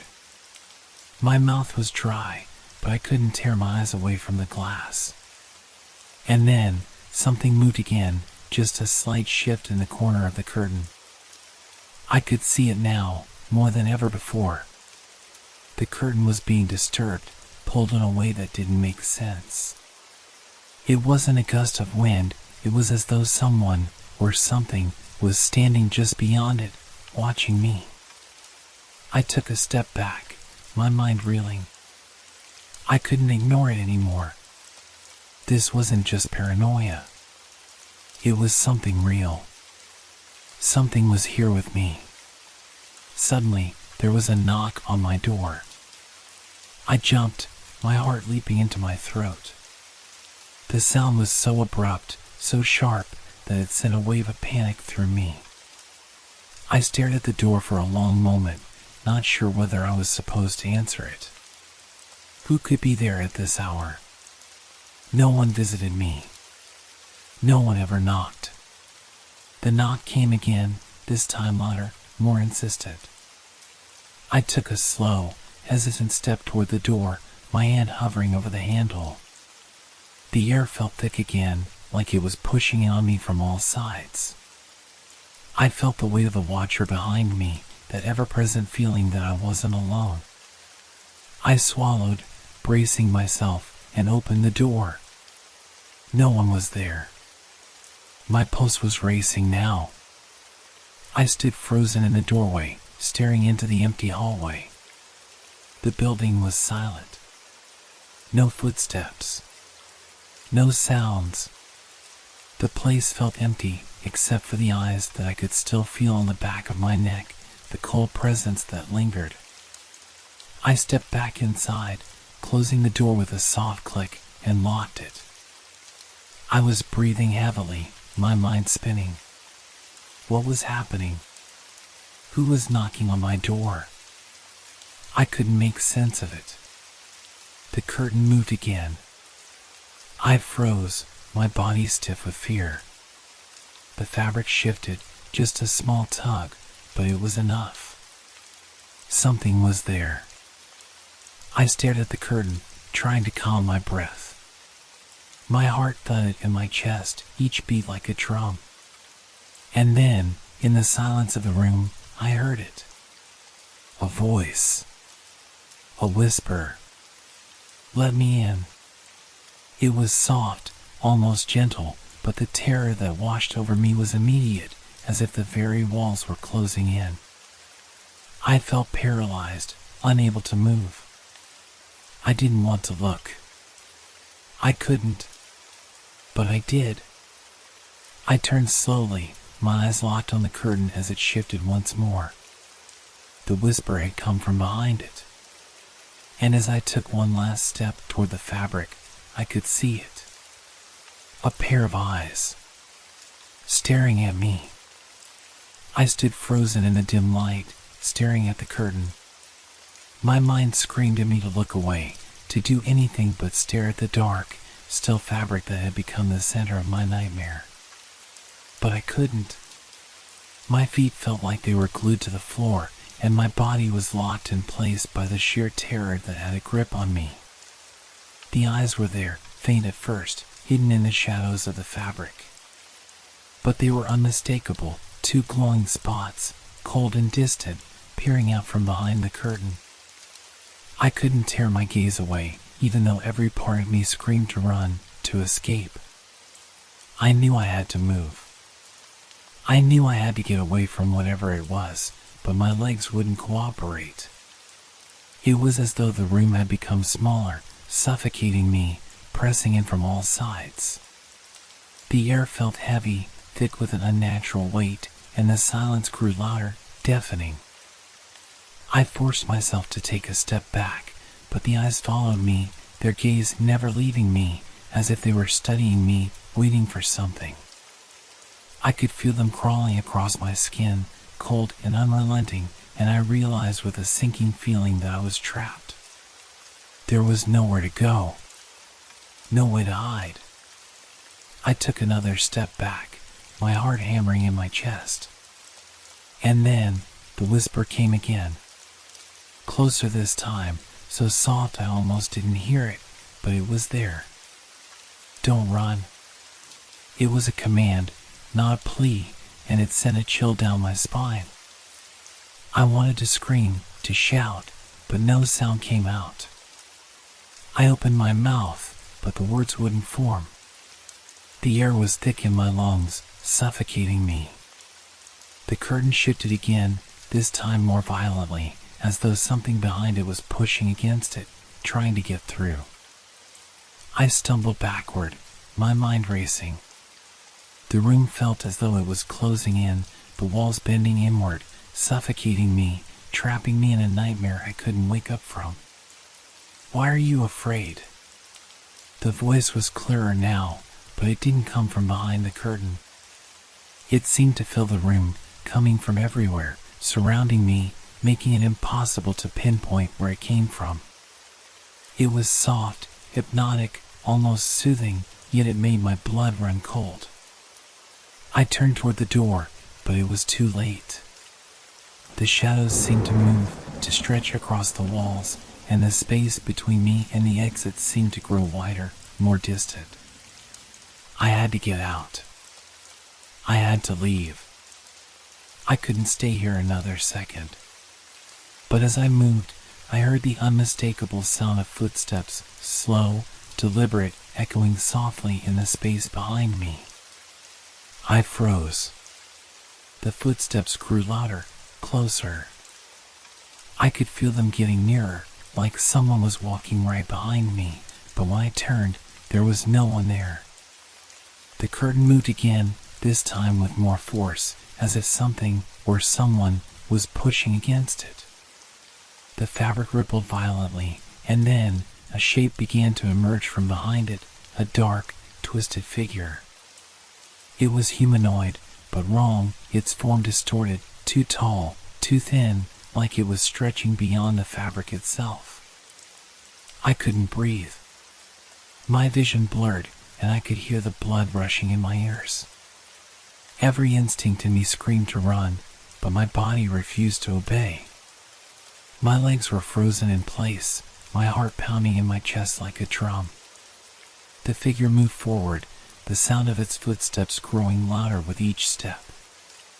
I could see its face now, or what was left of it. Its features were distorted, eyes too wide, mouth open in an unnatural grin, as if it was savoring my fear. I could hear its breathing, ragged and uneven, and it felt like the air itself had been stolen from the room. Every breath I took felt like it might be my last, but I couldn't stop it. I couldn't move. And then, just as the figure was about to reach me, it stopped. The room fell silent once more. The air became still. I thought, for a moment, that maybe it was gone. That maybe it had never been there at all. But I was wrong. The whisper came again, so close now, I could feel it against my ear. I see you. My stomach dropped. It was too close. I spun around, desperately searching for any escape, but the room seemed to close in around me, walls pressing against me, suffocating me. There was nowhere to go. I ran. I didn't care where I was going anymore. I just needed to get away. I bolted toward the door, flinging it open with all the strength I could muster.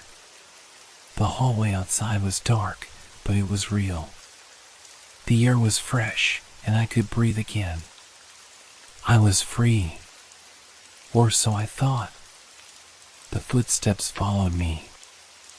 I could hear them echoing in the narrow hallway, growing louder with each passing second. I ran faster, my breath ragged, my legs burning, but no matter how fast I ran, I couldn't escape the sound. It was getting closer, too close. And I knew, with a deep, sinking feeling, that it was coming for me. I reached the stairs, but the footsteps were right behind me. I turned to look, but there was nothing there. Just the empty hallway stretching out behind me. I felt the weight of it. Something was there. Something was following me. I took the stairs two at a time, my mind reeling, heart racing. I had to get out. I had to find safety. I reached the front door, fumbled with the lock, and then I was outside. The cold night air hit me, sharp and biting, but it didn't matter. I was free. Or so I thought. I looked around, my breath coming in gasps, but the street was empty. The world was still. For a moment, I thought maybe I had imagined it all. Maybe I was just tired. Maybe I was just paranoid. But then, as I looked back at my apartment window, I saw it. The curtains were moving again. And behind them, those eyes.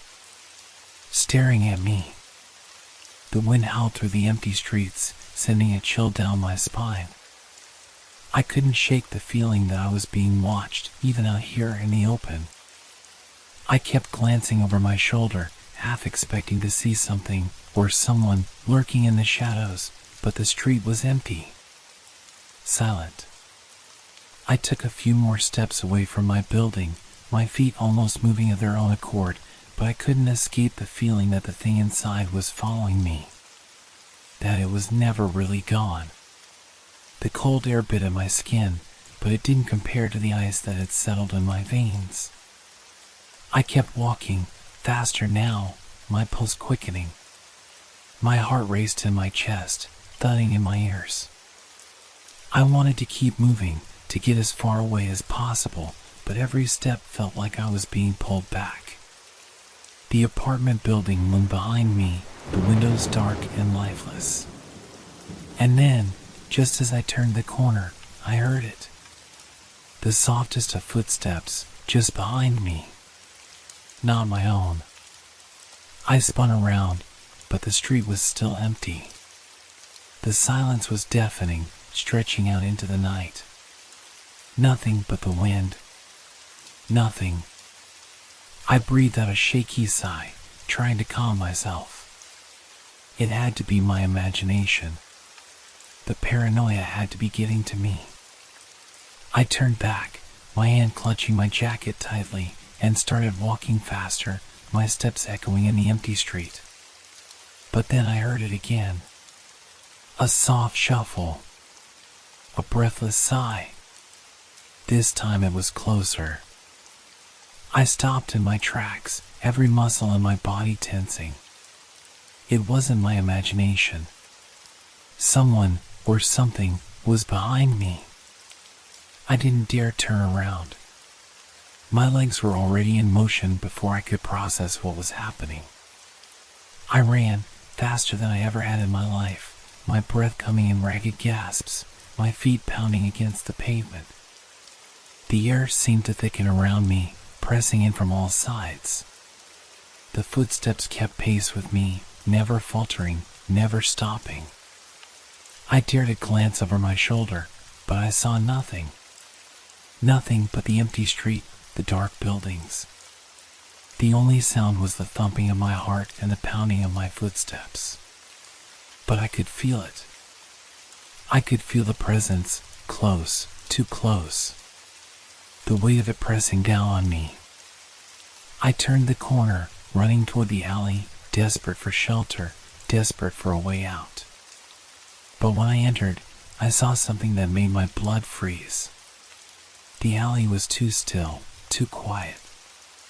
But it wasn't empty. A shadow stood at the end, tall and unnaturally thin. Its limbs were stretched out in ways that shouldn't have been possible. I couldn't make out its features. It was a blur, just a dark shape, but I didn't need to see it clearly to know it was the thing from behind the curtain. It was waiting for me. I backed away, my feet stumbling over themselves. My breath was shallow now, panicked, and I had no idea where to go, no idea what to do. The only thing I could think of was to get away, to escape whatever this thing was. But the shadow moved toward me. I turned, running back down the alley, desperate to get to the street. I couldn't breathe. I couldn't think. All I could do was run.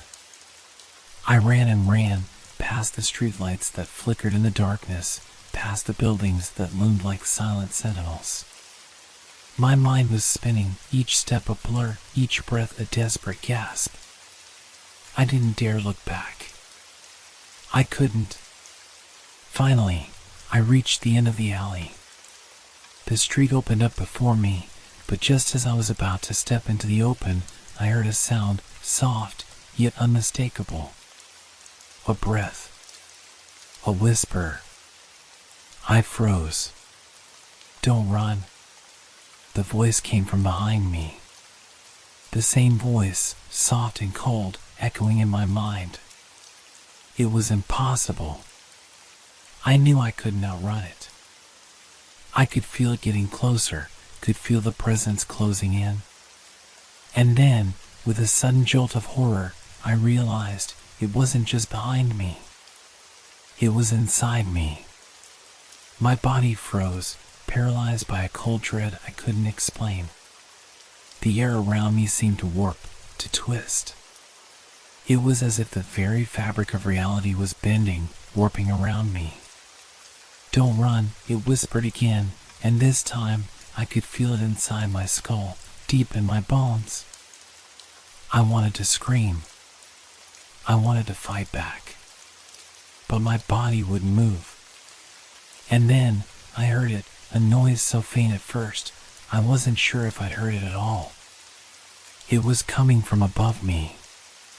A soft, almost imperceptible tap, tap, tap.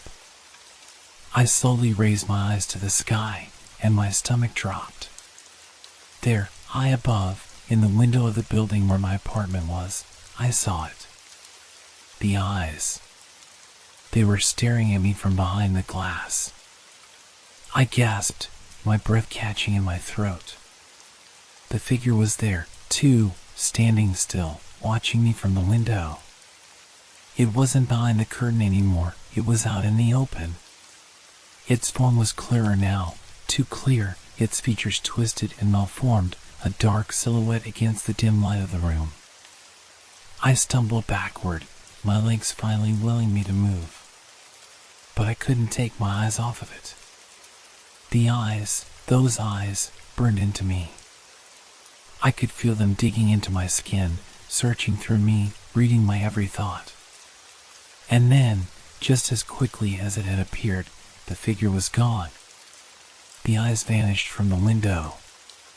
And in the silence that followed, I knew one thing for certain. I wasn't safe. Not here. Not anywhere. The Watcher had returned. And this time, it wasn't leaving. The night air was thick with unease, the world outside my apartment an endless stretch of darkness that seemed to press against me. The streetlights flickered above, casting long, distorted shadows across the pavement. I couldn't move. My legs were rooted to the spot, frozen by the realization that whatever was behind those eyes was not just watching me, it was waiting. The echo of my own breath filled my ears, too loud, too sharp, as if the night had become distorted, warping around me. I felt it, the weight of its gaze, still lingering on me, even though the window was empty. The apartment building loomed above, its dark silhouette an oppressive presence, as if it had come alive itself. I couldn't go back there. I couldn't even think of it without feeling my skin crawl. But where could I go? The world outside felt alien, and no matter where I turned, I could feel it, the eyes, following me, reading me, inching closer with every breath. I turned, unable to stay still any longer, and sprinted away from the alley. My footsteps were muffled by the heavy air around me, but they echoed too loudly in my mind, each one pounding in time with my frantic heartbeat.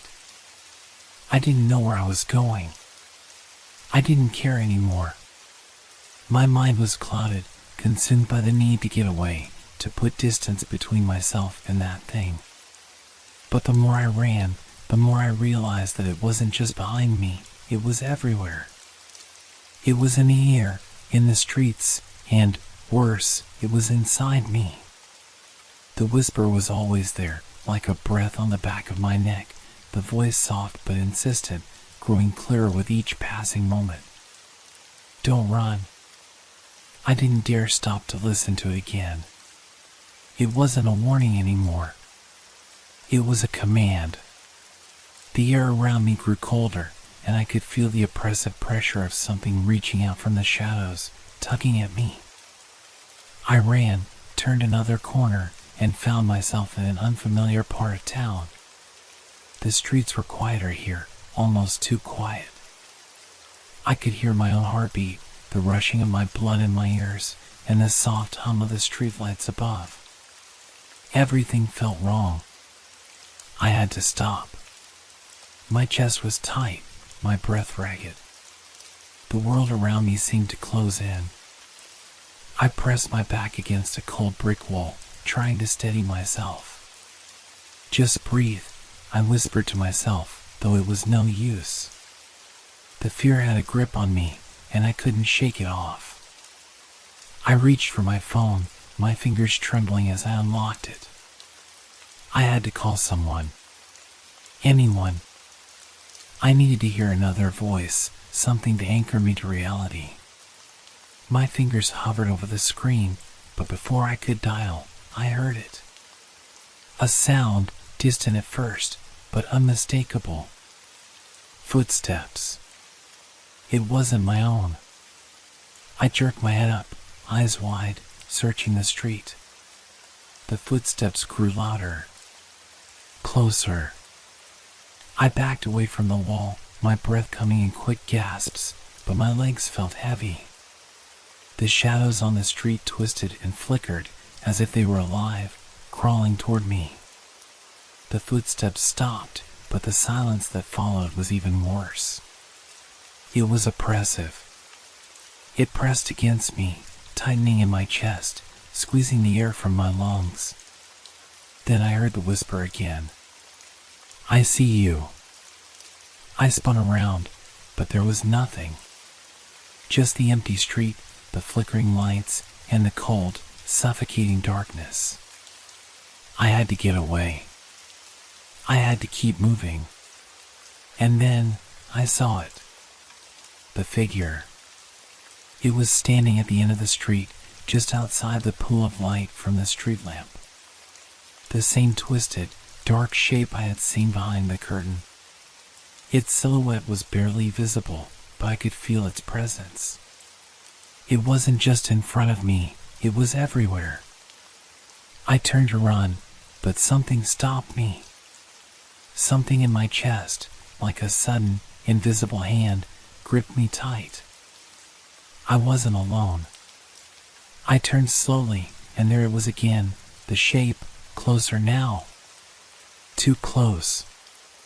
It moved toward me, a distorted figure stretching unnaturally, its arms too long, its eyes glowing with that sickly, unnatural light. I wanted to scream, but no sound came. My legs were frozen. My body wouldn't obey. The whisper was louder now, as if it was inside my head. You've been watching. It wasn't a question. It was a statement. And I realized then, it knew me. It had been watching me all along, even before I ever saw it. It was in the shadows, in the silence, in the very air I breathed. I took a step back, my mind racing. I needed to get away. But no matter how hard I tried, my body wouldn't move. The figure reached out, its hand stretching toward me, fingers long and gnarled, its face twisted in that sickening grin. I could hear it now, its breath, harsh and uneven, filling my ears, drowning out everything else. And then, with a sudden movement, I broke free. My body surged forward, my legs finally willing to move. I ran, no thought, no plan, just the instinct to escape. The figure was right behind me, the sound of its footsteps growing louder, faster. I didn't look back. I couldn't. I ran into the street, past the buildings, the shadows, the lights, my breath ragged and raw in my chest. The streets blurred, the world spinning as I pushed my body beyond its limits. Finally, I reached a familiar corner, my block, my apartment building. I looked up. The curtain was still moving.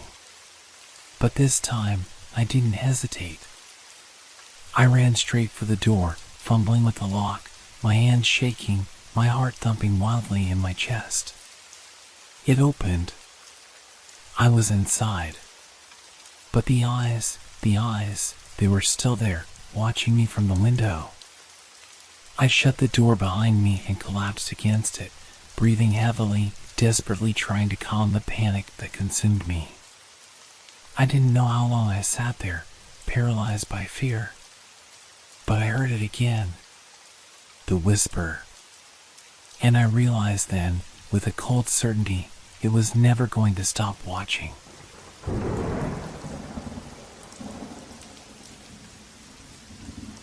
It started with a simple notification. A message, like any other, but from an unexpected source. My phone buzzed late at night while I was winding down from a long day.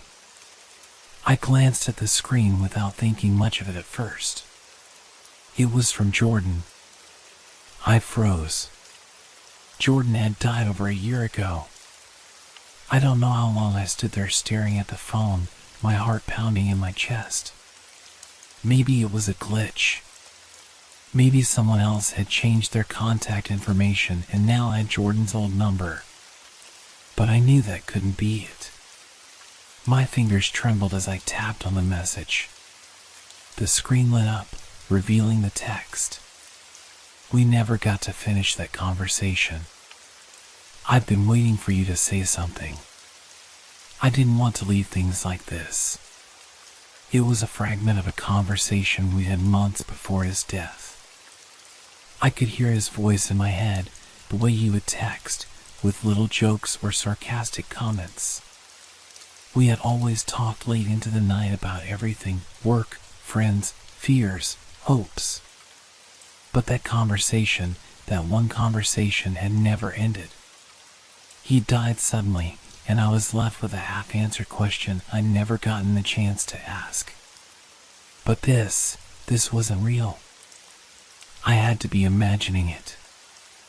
I quickly closed the message and locked my phone, hoping the moment would pass. My mind raced with possibilities, but they all felt hollow. What did this mean? Why was I seeing this now, so long after he was gone?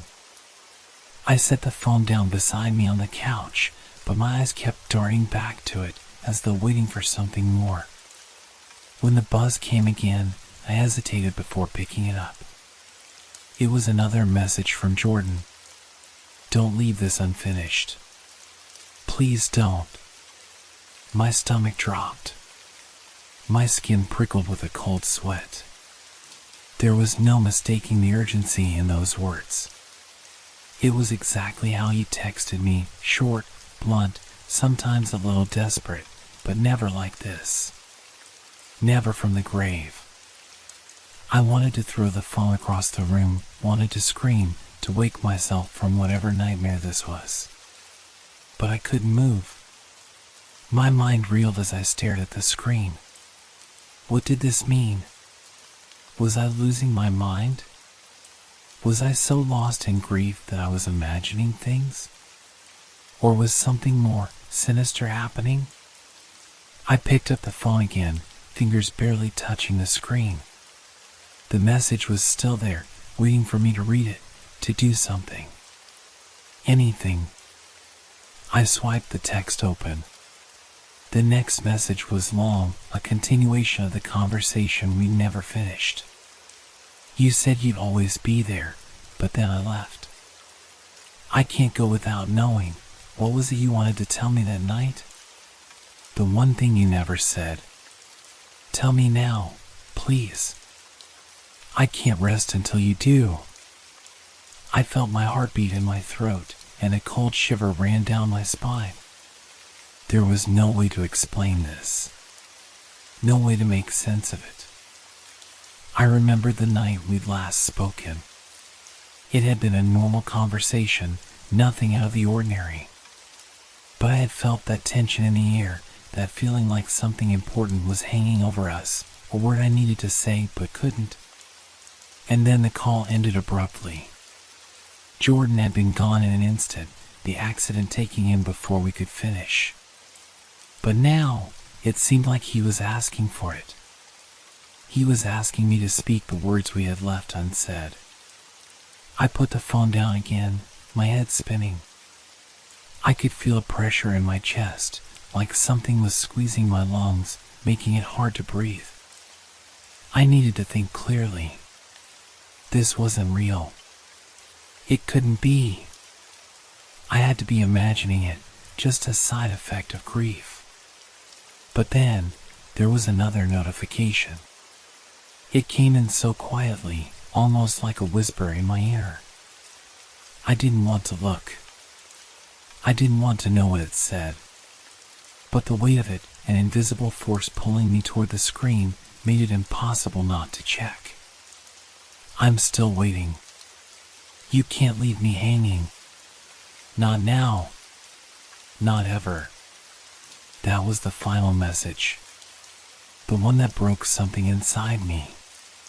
Something inside my mind that clicked, twisted, and turned. The words were simple, but they felt suffocating, like an unseen presence hovering in the room, waiting for me to respond. My mind screamed at me to leave it alone, to disconnect, to block the number, to move on. But my fingers, they were already moving. I opened a new message, a reply. A simple line of text that felt wrong to type, but that I couldn't stop myself from writing. I never got to say goodbye. My fingers shook as I hit send, knowing the words didn't feel like they belonged in the present. They belonged to the past, years ago, before everything had fallen apart. And yet, I felt an immediate relief. I had said it. I had finally said it, after all this time. But the relief was short-lived. A new message appeared. You shouldn't have said that. The word struck me like a slap, cold and final. Before I could process what had just happened, my phone buzzed again, but this time I didn't look. I couldn't. The silence after that last message was suffocating. I stared at my phone, frozen in place. The screen glowed softly in the dark room, like a faint, artificial heartbeat. I couldn't move. I couldn't even blink. My thumb hovered over the screen, unsure of what to do next. My entire body felt heavy, weighed down by something I couldn't explain. The air around me seemed to thicken, pressing in on my chest, and I suddenly couldn't breathe. The only sound was my own shallow, quickened breaths. You shouldn't have said that. The words echoed in my mind, rattling around like a stone in an empty can. The message was cold, empty, like a voice from a grave, accusing me of something I didn't understand. And yet, I felt it, a deep, instinctive fear, a sense that something was terribly wrong. That wasn't just a message from the past, it felt like it came from somewhere else. Somewhere that no longer existed. I wanted to turn the phone off, throw it out the window, smash it to pieces. But I couldn't. My fingers itched, almost involuntarily, to check it again. To see if there was more. Some explanation. Some reason behind this nightmare. I picked it up slowly, my hands trembling, and unlocked the screen. The message was still there. The same one that had twisted my insides. The one that had set everything into motion. But then, beneath it, there was another one. A new message, appearing like a shadow creeping over the previous one. You didn't have to do that. You shouldn't have told me. My throat tightened. I didn't understand. Why was this happening? Why was he still reaching out to me? I looked at the contact name again, Jordan. But it didn't feel like him. It felt like something else. Something pretending to be him. I sat up, the weight of my exhaustion pressing down on me as my mind struggled to make sense of the situation. It couldn't be real. It couldn't. But what if it was? What if Jordan's death wasn't an accident? What if this was something more? I tried to shake off the thought. Grief, I told myself. This was grief playing tricks on my mind. That's all it was. The pain of losing him, the weight of the unfinished conversation, it was messing with my head. But then I heard it. A soft, scraping sound. At first, I thought it was the wind. Maybe a branch tapping against the window. But the sound was too deliberate, too controlled. It was coming from inside the room, near the door. A soft, rhythmic scraping, like fingernails dragging across wood. I turned my head toward the sound, heart pounding in my chest. The room was dark except for the soft glow from the phone in my hand. I strained my ears, listening. The sound came again, scrape, scrape, scrape, each one louder than the last. My eyes darted toward the door. The scraping stopped for a moment, but the silence that followed was even worse. Something was in here with me. I couldn't breathe. My chest constricted, and I could feel the panic rising. I wanted to shout, to move, to get up and run, but my body was frozen, locked in place by fear. Then, suddenly, the phone buzzed again. I nearly dropped it in shock. The sound echoed through the room, sending a jolt of electricity through my veins. Without thinking, I unlocked the screen, almost afraid to look at it. What if it was more of that thing pretending to be Jordan? What if it was calling to me from wherever he had gone? I opened the new message. Look behind you. A chill ran down my spine. My heart thundered in my chest. I didn't want to turn around. I couldn't. But the words were clear. They demanded to be obeyed. I felt like I was being controlled by something invisible, something that knew me, knew my fears.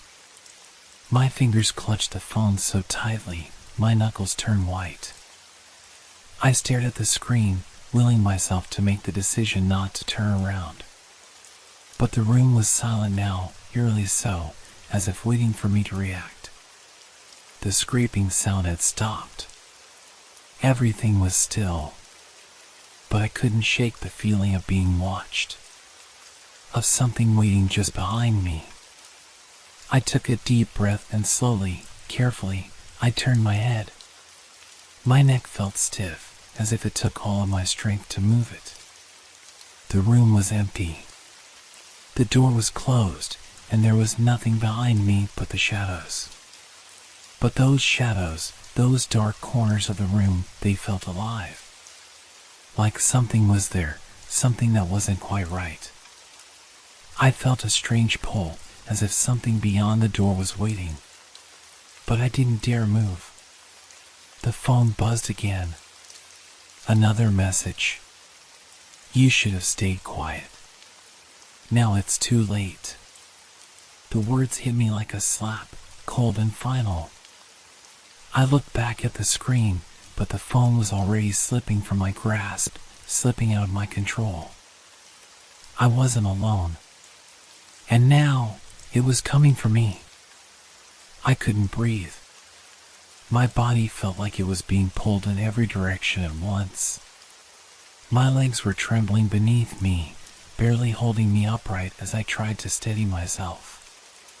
But the weight of what I had just read, it settled deep into my chest, suffocating me. My eyes darted around the room, every corner, every shadow felt like it was moving. Watching. Now it's too late. I couldn't shake those words. They echoed in my mind, repeating themselves over and over like an ominous chant. And then, the silence. It was so thick, so profound, that it became its own presence in the room.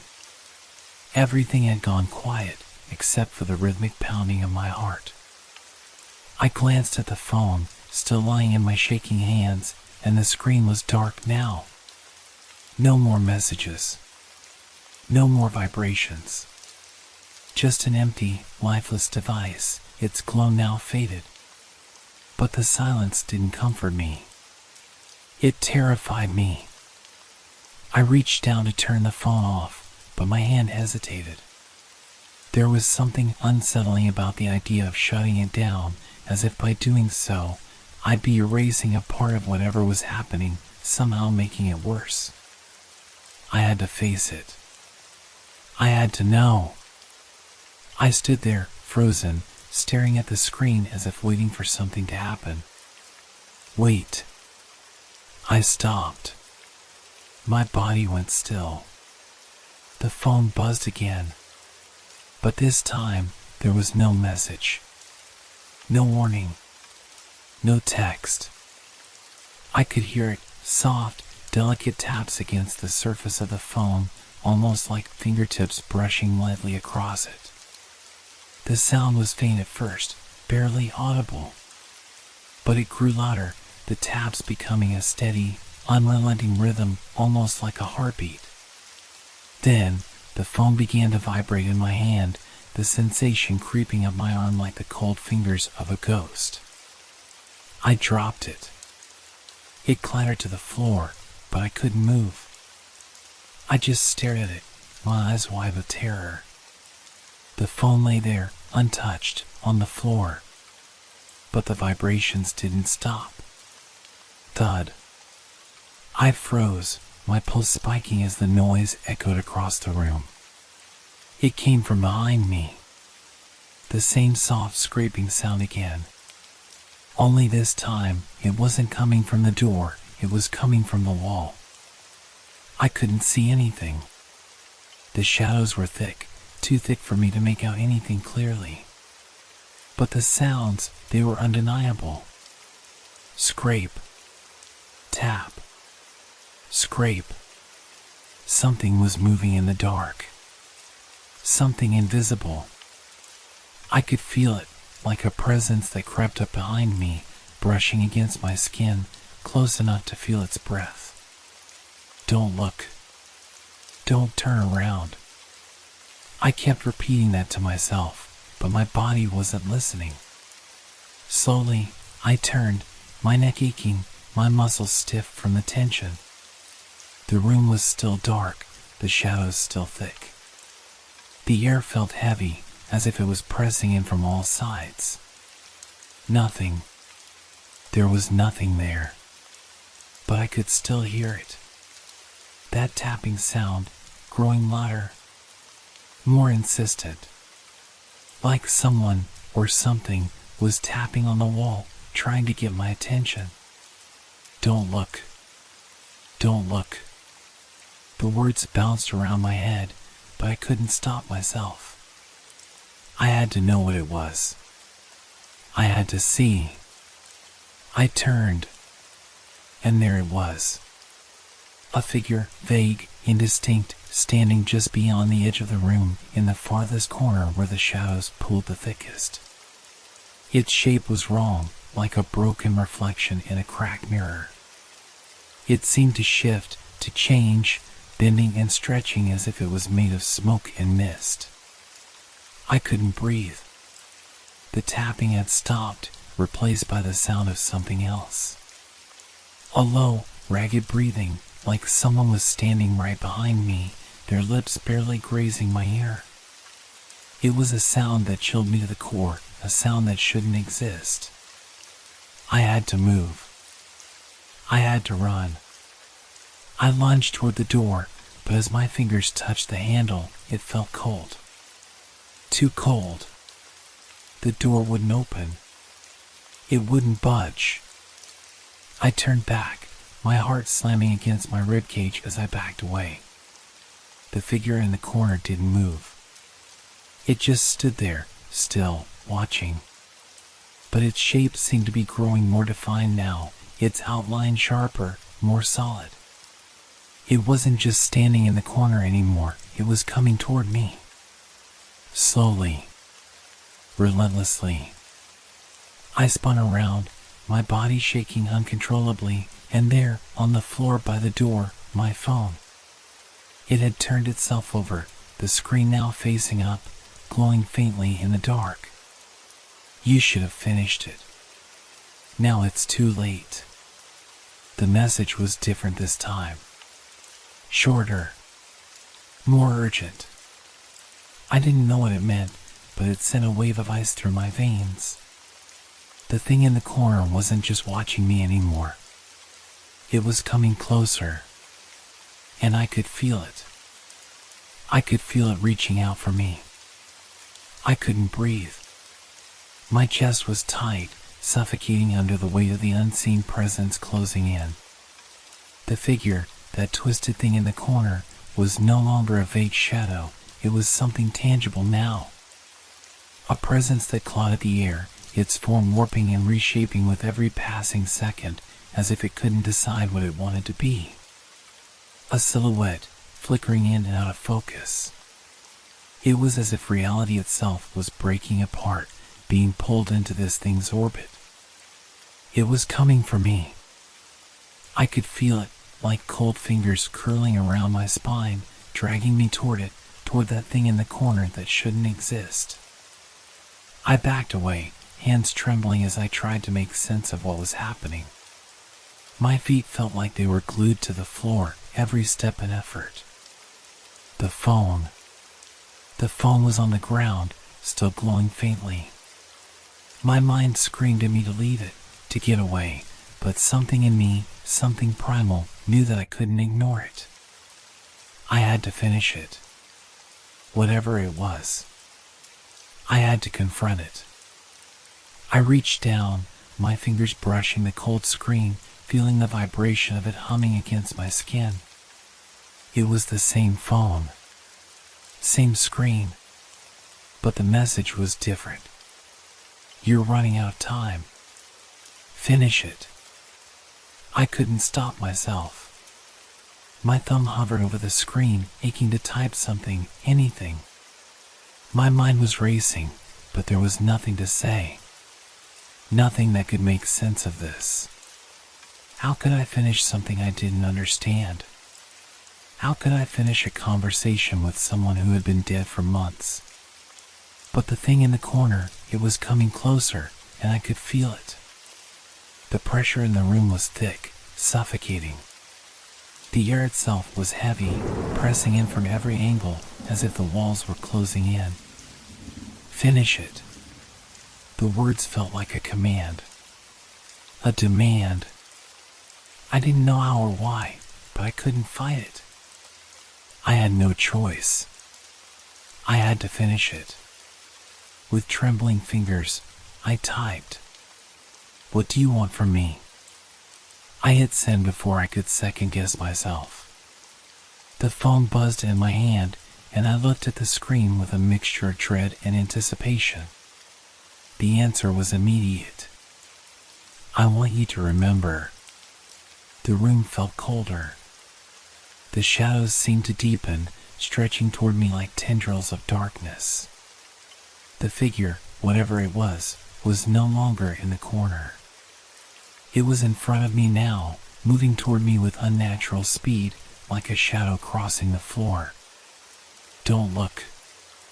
Don't look. But I couldn't stop myself. I had to know. I had to see. I raised my head, my breath caught in my throat. It was Jordan. Or at least, it looked like him. His face was distorted, stretched in unnatural ways, the features shifting and warping as if they were trapped in the wrong skin. His eyes were wide open, but they were wrong.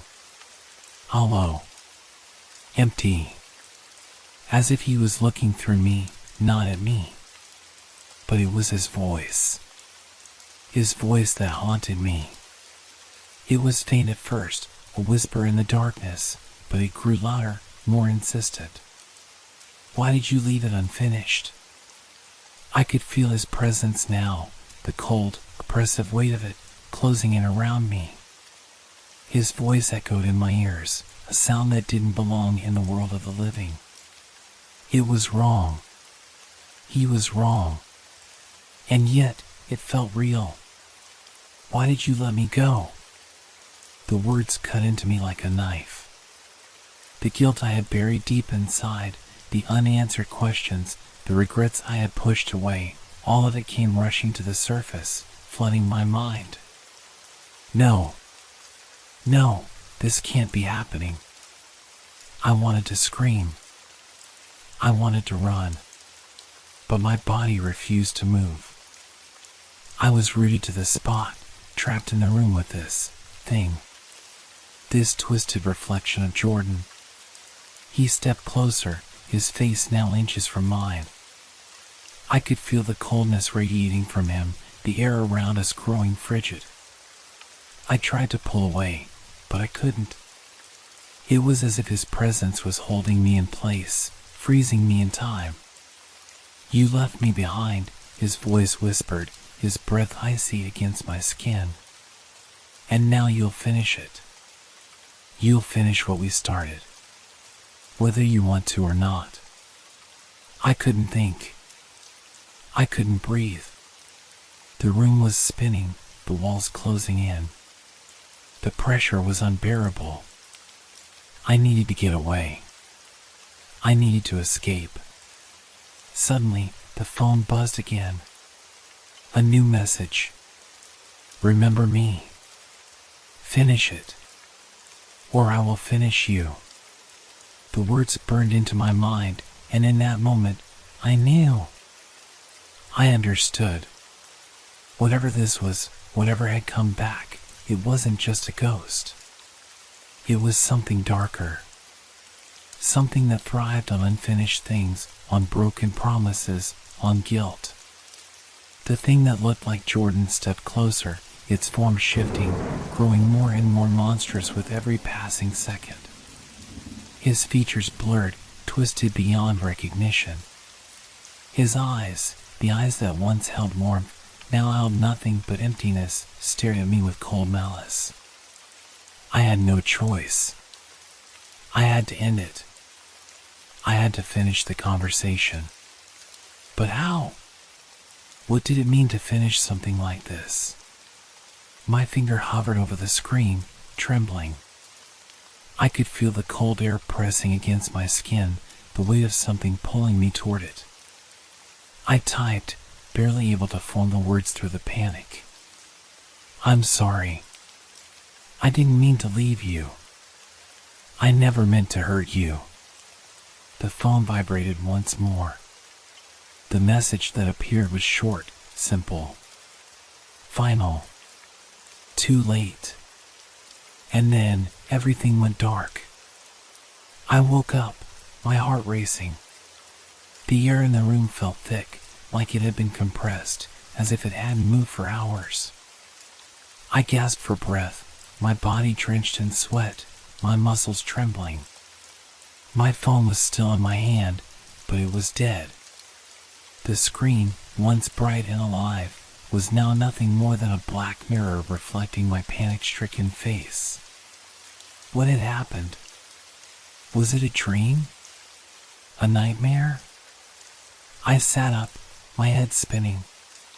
The room felt too still, too quiet. I reached for the light switch, but as my fingers brushed the wall, I froze.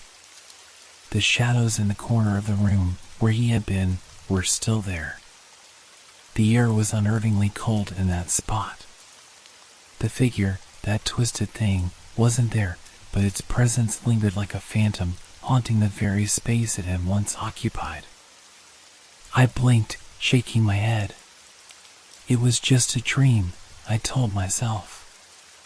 Just a dream. But deep down, I knew it wasn't. I knew it wasn't just a dream. I stood up slowly, my legs unsteady beneath me, and I walked toward the window.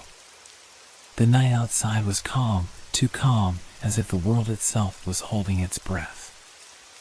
I looked at the phone again, still black, still lifeless. The message that had appeared on the screen haunted me, too late. It wasn't the end. I felt it in the pit of my stomach. It wasn't over. Suddenly, the phone buzzed again. My blood ran cold. I hadn't even touched it.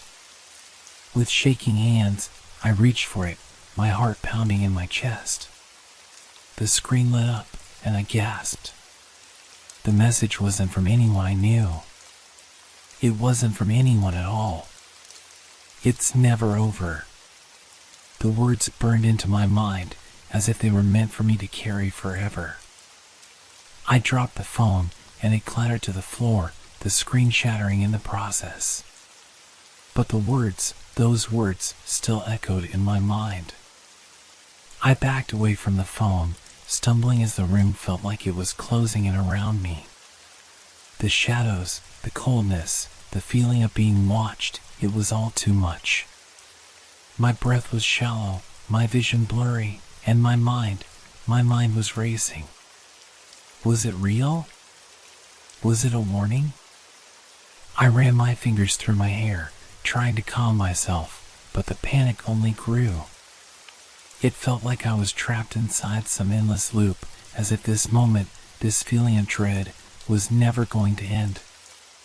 And then, just as I was about to leave the room, something caught my eye. The curtains, those heavy, dark curtains that had never moved before, were shifting. A faint breeze was tugging at them, even though all the windows were closed. They fluttered gently, a soft, almost imperceptible motion. But it was enough. It was enough to make me stop, to make my blood run cold again. I stepped closer to the window, my feet silent against the floor. The curtains parted slightly, just enough to reveal the street outside. It was empty, quiet, almost too quiet. The streetlights flickered in the distance, casting long, distorted shadows. I couldn't see anyone. But then, there, just on the edge of the light, there was something. A figure. A silhouette. Someone was standing in the street, staring up at my window. I couldn't see their face, but I knew they were looking at me. I could feel it. The sensation of being watched, of being seen by someone or something that wasn't supposed to be there. The figure didn't move, didn't blink. It just stood there, frozen in the darkness, like a statue. My breath caught in my throat. My pulse thundered in my ears. It was him. Jordan. It had to be. I backed away from the window, stumbling over the floor as panic surged through my veins. But as I turned to flee, my phone buzzed once more. I'm still here. The words, so simple, so terrifying, filled the room. I couldn't escape. I couldn't run. The message, the presence, everything felt like a noose tightening around my neck, pulling me deeper into whatever nightmare I was now trapped in. The figure outside, the one that resembled Jordan, didn't move. It stood there, unblinking, watching. And as I stared at it, a single, terrifying thought flooded my mind. This was just the beginning. And then, the lights went out.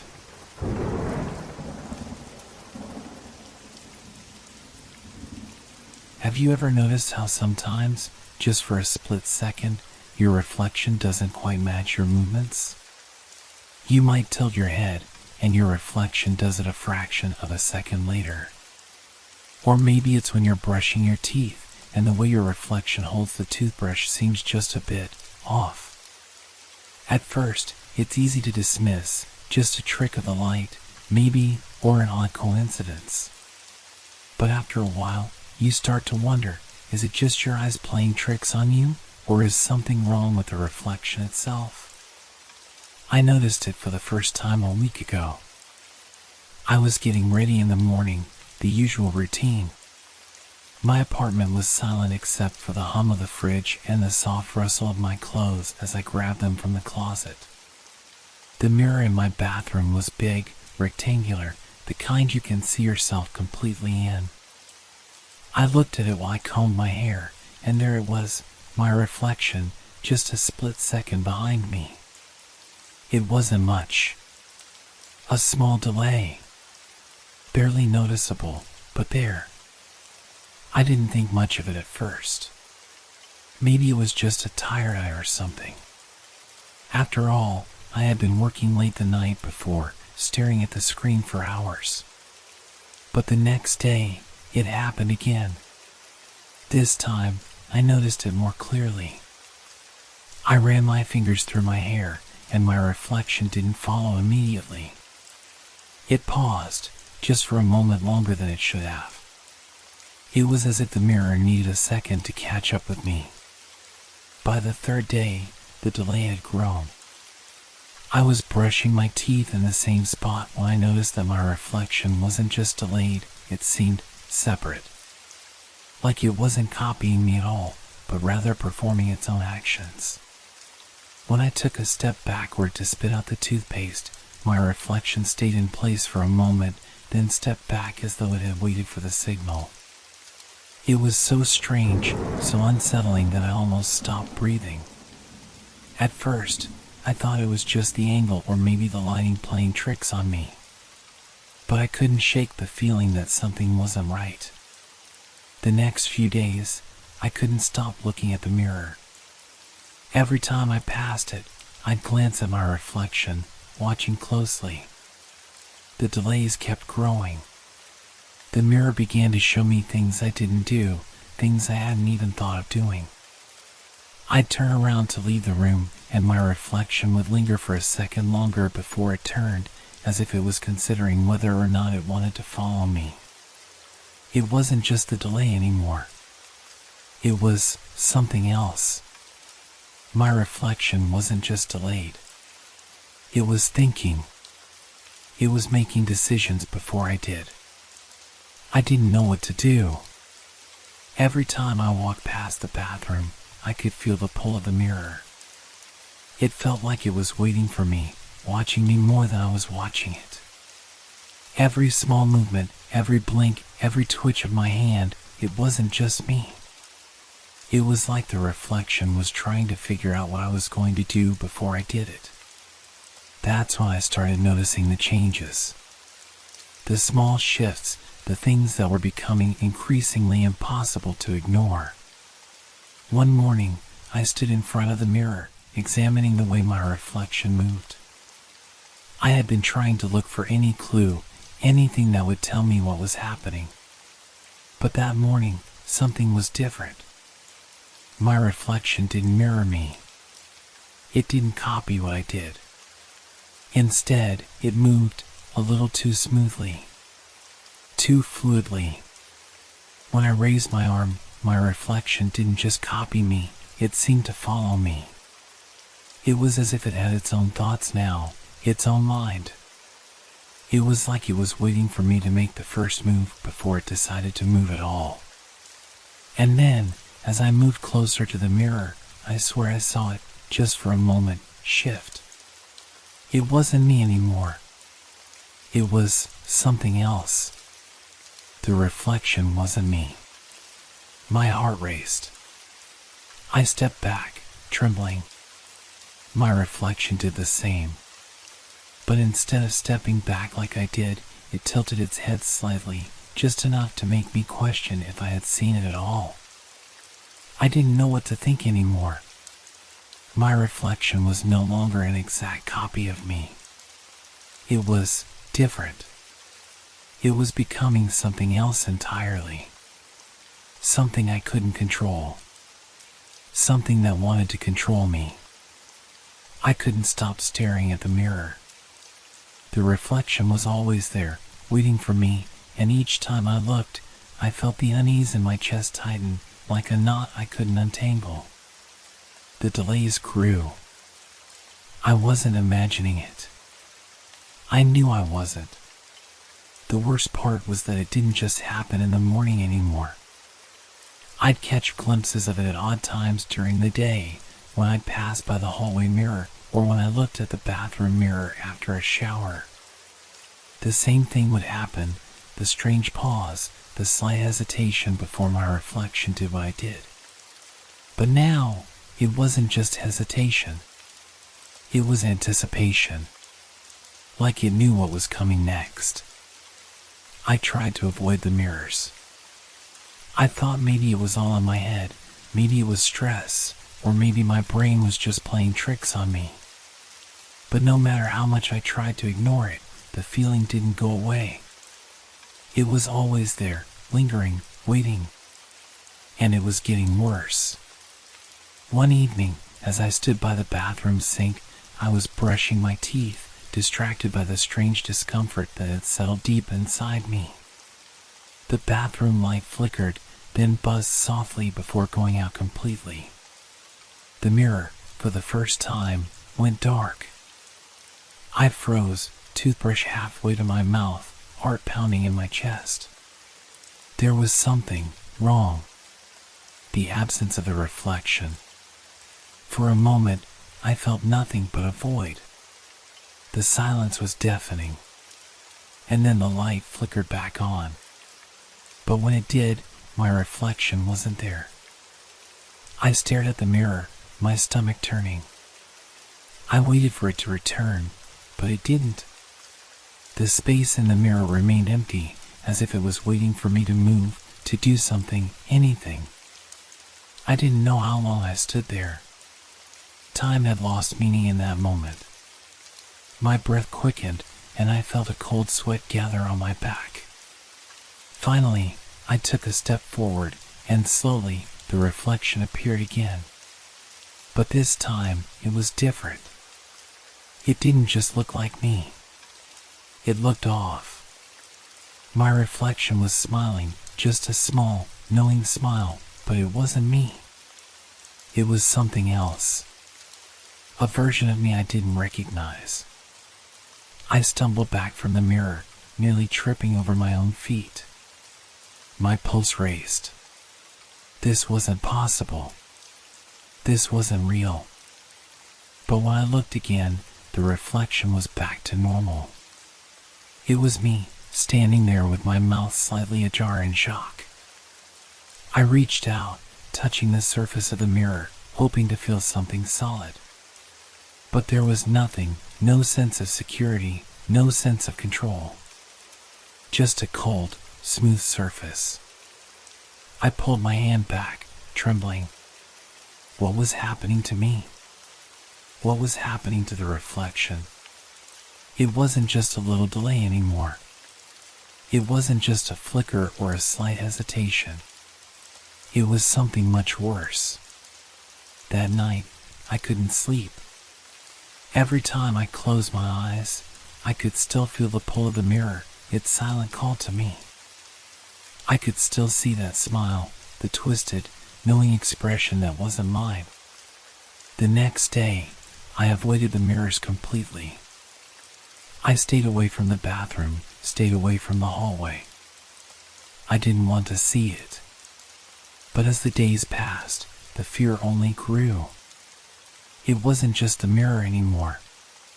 It was in the air, in the walls, in the corners of my apartment. The feeling that something was watching me, waiting, grew stronger. I couldn't escape it. It was everywhere. And then one day, I walked into the living room and I saw it. The reflection in the window. It was standing just behind me, almost like it was waiting for me to turn around. And when I did, the reflection didn't follow my movements like it always did. It stayed frozen, staring back at me with that same smile. I backed away, feeling the walls close in around me. There was no escaping it. The reflection wasn't just a mirror anymore. It was following me. It was becoming me. And I was becoming it. I didn't know how long I had left before it would fully take over. But I could feel it. The reflection was gaining ground. And one day, I feared I wouldn't recognize myself in the mirror anymore. I wouldn't be the one looking back. It would be something else. And that something else was getting closer. The days blurred together. My reflection became more and more unpredictable. It didn't wait for me anymore. It anticipated my movements as if it had learned me better than I knew myself. I tried to convince myself it was just a phase, a weird quirk of my mind. But each day, the unease crept deeper into my thoughts. I started to notice other things. Subtle details that I hadn't before. The way the reflection seemed to linger just a little too long after I moved away from the mirror. The way it sometimes tilted its head at the same angle I did, but with a slight delay, just enough to make me question if I was seeing things right. It wasn't just the mirrors anymore. The reflection had moved beyond that, infiltrating every surface. I saw it in the polished metal of my kitchen appliances, in the smooth surface of a glass cup, even in the darkened windows of my apartment when the sun went down. And always, the delay. Always, the moments where I wasn't sure if I was still me or if I had crossed over into something else. The worst part was when it started to act on its own. I'd catch a glimpse of it in the corner of my eye, and for a split second, it would do something I hadn't done. It would smile wider than I did, or make an exaggerated gesture, as though mocking me. The smile never looked quite right. It was too wide, too knowing. And the eyes, my eyes, but hollow, empty, devoid of the warmth I once knew. The mirror was becoming something more than just a reflection. It was an invitation. It called to me with every glance, every moment of hesitation. It was pulling me in. I was beginning to feel like I was losing control over my own body. The reflection was starting to separate from me, growing stronger. One afternoon, I stood in front of the full-length mirror, waiting. I had to face it, had to confront what had been lurking behind me. I wasn't sure what I expected.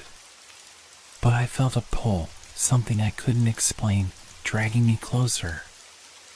I took a breath, my heart thudding in my chest. I raised my hand slowly, watching the reflection mirror my movements, but there was no delay this time. My hand moved, and so did the reflection. No hesitation. It was perfectly synchronized. And then it happened. The reflection raised its hand too, but it did it in a way that wasn't mine. It was like it was mimicking me, but with a cruel twist. The hand didn't just follow mine, it moved of its own volition, faster, sharper. It reached out toward the glass with a sense of urgency, its fingers pressing against the surface, as if it wanted to break free. I staggered back, stumbling as the reflection's fingers left streaks across the glass. I felt my breath catch, the weight of the moment pressing on me. I wasn't just seeing it, I was feeling it. The coldness in the air grew heavier, and the room felt smaller, as if the reflection was taking up more space than it should. I looked up at the mirror again, and this time it wasn't me looking back. It wasn't just a reflection anymore. It was alive, separate from me, yet undeniably connected. The figure in the mirror stood with its head slightly tilted, its grin widening unnaturally. It didn't look like me anymore. It looked wrong. Its eyes, those hollow, empty eyes, stared at me with an intensity that sent a chill straight to my bones. "Help me," it whispered. The voice was mine, but not mine. It was distorted, warped, like an echo of something far more sinister. I gasped, my hands trembling as I backed away from the mirror, my mind racing. This wasn't possible. None of this was real. And yet, I could feel the pull, the overwhelming urge to step closer, to let it take me. I couldn't break away. My feet moved without my permission, stepping closer to the mirror. I reached my hand out, almost as if in a trance, my fingers grazing the cold glass. The reflection's hand was still there, still reaching, pressing harder now, its fingers curling as if it wanted to pull me in. "No," I told myself. "No, don't do it." But I couldn't stop. The reflection was no longer waiting for me to move. It was leading me. I was being drawn in, one step at a time, until the glass was right in front of my face. For a moment, I stared into those cold, empty eyes. And then, without warning, the reflection smiled, a wide, sickening grin that stretched impossibly far. And in that moment, I realized the truth. It wasn't just a delay. It wasn't just a trick of my mind. The reflection was trying to take over, to replace me. I had been too slow, too hesitant. And now, it was too late. I watched as my reflection's grin grew, and then the glass began to crack. A thin line split down the center, and the air around me grew cold, suffocating. The mirror started to ripple, like water disturbed by an unseen force. I reached out, desperate to pull my hand back, but it was already too late. The reflection's hand, no longer separated by the glass, reached through, grabbing my wrist with inhuman strength. My own voice screamed as I was pulled toward the mirror, but it wasn't just my voice. It was both of us. The reflection had taken hold of me, and there was no escape. The mirror had won, and I had lost. I don't know how long I was trapped there, in that strange place between reality and the mirror. Time felt meaningless, stretched into something unrecognizable. I could still hear my own thoughts, but they echoed in a distorted way, like they were being spoken by someone else. I wasn't alone anymore. The reflection stood before me, but it wasn't quite the same. It had taken on more of me, but it was different, darker. The smile still stretched too wide across its face, but there was something else in its eyes now, something predatory. It looked at me with that same coldness, as if it was waiting, watching, ready for the next move. I tried to speak, to scream, but no sound came out. I was frozen in place, my body unwilling to obey. I could feel my own presence slipping away, like sand slipping through my fingers. The reflection moved toward me, slow at first, as if savoring the moment. It tilted its head, studying me, before it finally spoke, its voice a twisted mockery of mine. "Do you understand now?" it asked, its voice rich with something I couldn't quite place. I wanted to respond, to demand answers, but all I could do was watch in horror. The reflection raised its hand, and I felt the same urge within me, compulsion, like it was leading me to mirror its every action. I didn't want to obey, but I couldn't stop myself. My hand lifted as well, and then the reflection's hand moved toward my chest. I could feel the coldness of its touch without it even making contact, an icy pressure that made my skin crawl. It was like it was inside me, pushing and pulling from within, trying to control my very being. I tried to fight back, to wrench myself free, but the harder I tried, the more I felt myself slipping. The reflection was in control now. I was no longer the one driving my own movements. It was taking over. It leaned in, its cold breath brushing my face. I couldn't look away from its eyes, and I could feel the connection, that terrible pull between us. It was me, but it wasn't me. And I wasn't sure which one of us was real anymore. "You've been here before," the reflection whispered, its voice now more familiar, like an old memory. "You've always known, deep down, what was coming." I tried to shake my head, to deny it, but the words stayed with me, reverberating in my mind. What did it mean? Had I always known? Had I invited this? Was I the one who created this thing, this shadow of myself that had been lurking all along? The reflection's grin stretched wider, if that was even possible. It looked at me like it had won, like it had already claimed the victory. But then, just as I thought I would lose myself completely, a sudden surge of panic ripped through me. A burst of adrenaline, of pure survival instinct. I fought back. With every ounce of strength I had left, I screamed inside my own mind, forcing my body to rebel.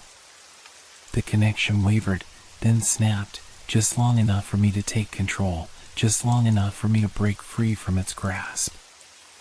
I stumbled back, my body shuddering as I tried to take in the reality of what was happening. The reflection stood still, unmoving now, its eyes locked on me, but there was no victory in them anymore. There was only hunger, a thirst that would never be quenched. I turned and ran. My heart pounded in my chest, each step shaking me to my core. I needed to escape, to break free from this nightmare, but I knew it wasn't over.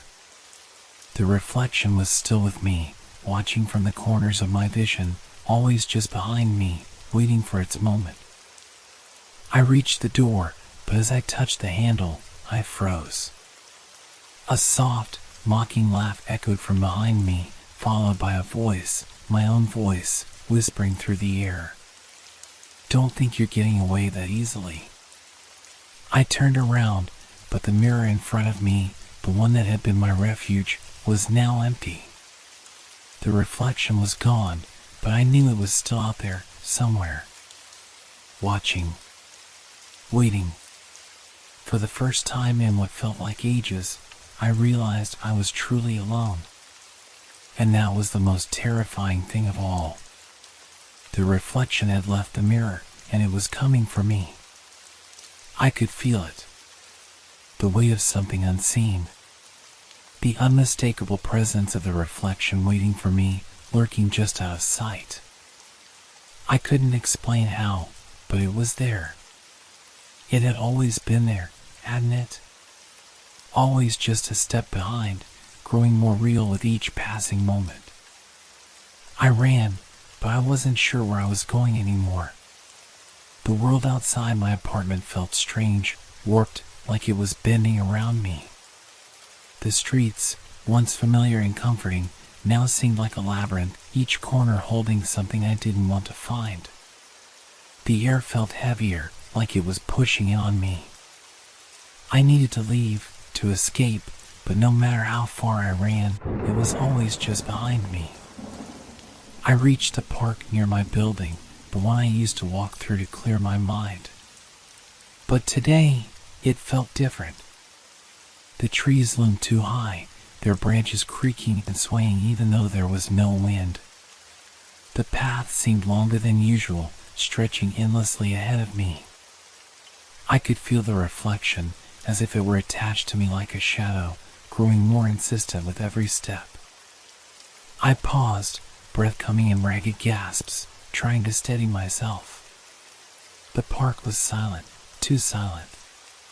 No birds, no distant voices, just the rustle of leaves and the eerie feeling that something was watching me from the darkening corners of the world. I looked around, scanning the area, and for a moment I thought I saw it, a flash of movement in the corner of my eye. The reflection. It was standing there, just beyond the edge of my vision, watching me, waiting. But no matter how hard I turned to look directly at it, it vanished before I could focus. It was playing with me. It knew it could torment me this way, drawing out my fear, watching me struggle. I couldn't take it anymore.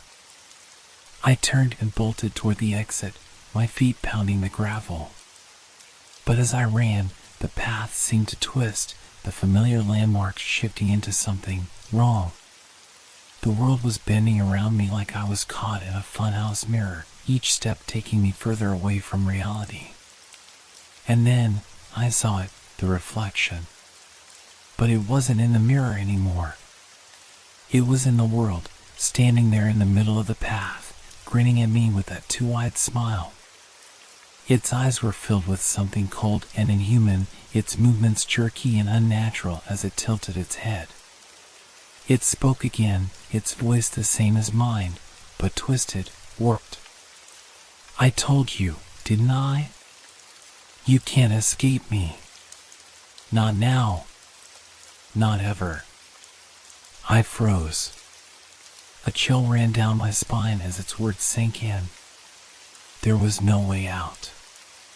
No escape. I was trapped. But something else shifted in that moment, something deep inside me. A voice, faint but growing louder, told me that I could fight back. That I had to fight back. I had to end it. End it. This was no longer just a game. The reflection was no longer a mere distortion, it was something else entirely, a force that had somehow taken root in my mind, growing with every day. I closed my eyes, drawing in a breath. This was it. It was time to confront it, face to face. I turned to face the reflection directly, not turning away this time. It smiled, its grin impossibly wide, but there was no fear in my chest anymore. Just anger. I was tired. Tired of running, tired of hiding. It had taken so much already. It wouldn't take me. I stepped forward. Enough, I said, my voice steady despite the terror I felt inside. You don't control me anymore. The reflection's smile faltered, just for a moment, and then it grew even wider, its eyes darkening as it let out a low, guttural laugh. You think you can defeat me? You or me, it hissed, its words sending a wave of cold through my body. But I wasn't listening anymore. I lunged at it, grabbing its arms, pulling it closer. For the first time, I felt the weight of it. It was cold, heavy, real. It was no longer just an image, a mere reflection. I could feel the energy of it, the power it had drawn from me, pulling at my own essence. But I didn't let go. I fought back with everything I had left, pushing against the reflection's grip on me. In that final moment, something clicked inside me. The mirror, the glass, it was all a lie. It wasn't the reflection I had to fight. It was myself. I could feel the connection breaking, shattering like the glass of a mirror. The reflection screeched, its foam cracking like ice under pressure. With a final, desperate push, I tore myself free from its grasp, breaking through the illusion. And just like that, it was gone. The world around me was still. Silent. Normal. But as I took a shaky step back, I couldn't shake the feeling that I hadn't won. Not really. The reflection was gone, but it was still inside me. Waiting. Watching. ready to return when I least expected it. And I realized, with a cold certainty, that the reflection would never truly leave me. It was part of me now, always lurking just beneath the surface, waiting for the right moment to resurface. I just hoped I would be ready when it did.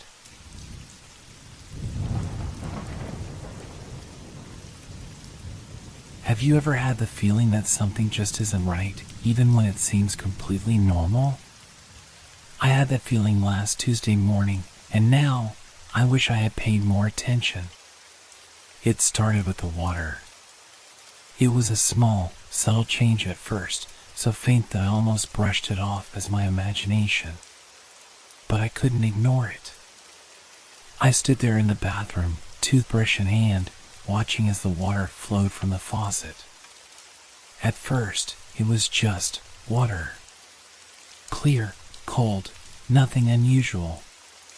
But as I brought it to my lips, I noticed something. A scent. A familiar scent. It was the smell of old paper, like the classrooms from my childhood, wooden desks and chalkboards worn smooth from years of use. It was sweet, like the air in the school hallways just after a fresh rain, a scent I hadn't smelled in years. For a second, I thought it was just a memory, a trick of my senses, but when I took a sip, the taste hit me like a wave. It wasn't just any water. It was like drinking memories. A rush of images flashed through my mind, images I hadn't thought about in years. The creaky floorboards of my grandmother's house, the sound of her laugh, the musty air of the basement where we used to play. I quickly pulled back, staring at the glass in my hand, unsure whether I'd imagined it or not. I turned off the faucet, trying to shake the strange feeling. But as I walked away, I couldn't stop thinking about the taste. It wasn't just nostalgia, it was something deeper, more unsettling. I couldn't explain it, but it felt like the water had a connection to my past, like it was trying to tell me something. Over the next few days, it got worse. The water didn't just smell and taste like memories anymore. It started to change in other ways. Each time I turned on the faucet, the water would gush out, but as it hit the sink, it rippled in a strange way, like it was alive. And sometimes, if I stared at it long enough, the water would take on shapes, distorted images, half-formed faces. At first, I tried to ignore it. I told myself I was just tired, that my mind was playing tricks on me. But every day, it became harder to convince myself. The water didn't stop. Each time I turned the faucet, it became harder to look away from it. I found myself spending longer and longer in the bathroom, staring at the water, waiting for it to show me something new. Then, one night, it happened. I had just finished washing my hands when I saw it. The water was still flowing, and for a moment, everything seemed normal. But as I watched, the ripples slowed. The water turned a deeper shade of blue, almost like the color of the sky just before sunset. I leaned closer, drawn to it. Suddenly, the water began to form shapes. First, a blur, and then something clearer. A figure. A child's face, my face, but younger. I could see the reflection of myself from when I was small, the same wide eyes and messy hair. It was me, but it wasn't. I backed away, heart pounding. The figure in the water didn't move the way I did. It stared back at me, unmoving, its eyes wide, unblinking. The longer I stared, the clearer the image became. I saw the inside of a school hallway, the faded tiles beneath my feet. The child in the water smiled, but it wasn't a happy smile. It was something darker, as if it knew something I didn't. I reached out a trembling hand, and just as my fingers touched the surface of the water, the image vanished. The water returned to its usual, lifeless state, the faucet still running as if nothing had happened. but I knew something had changed.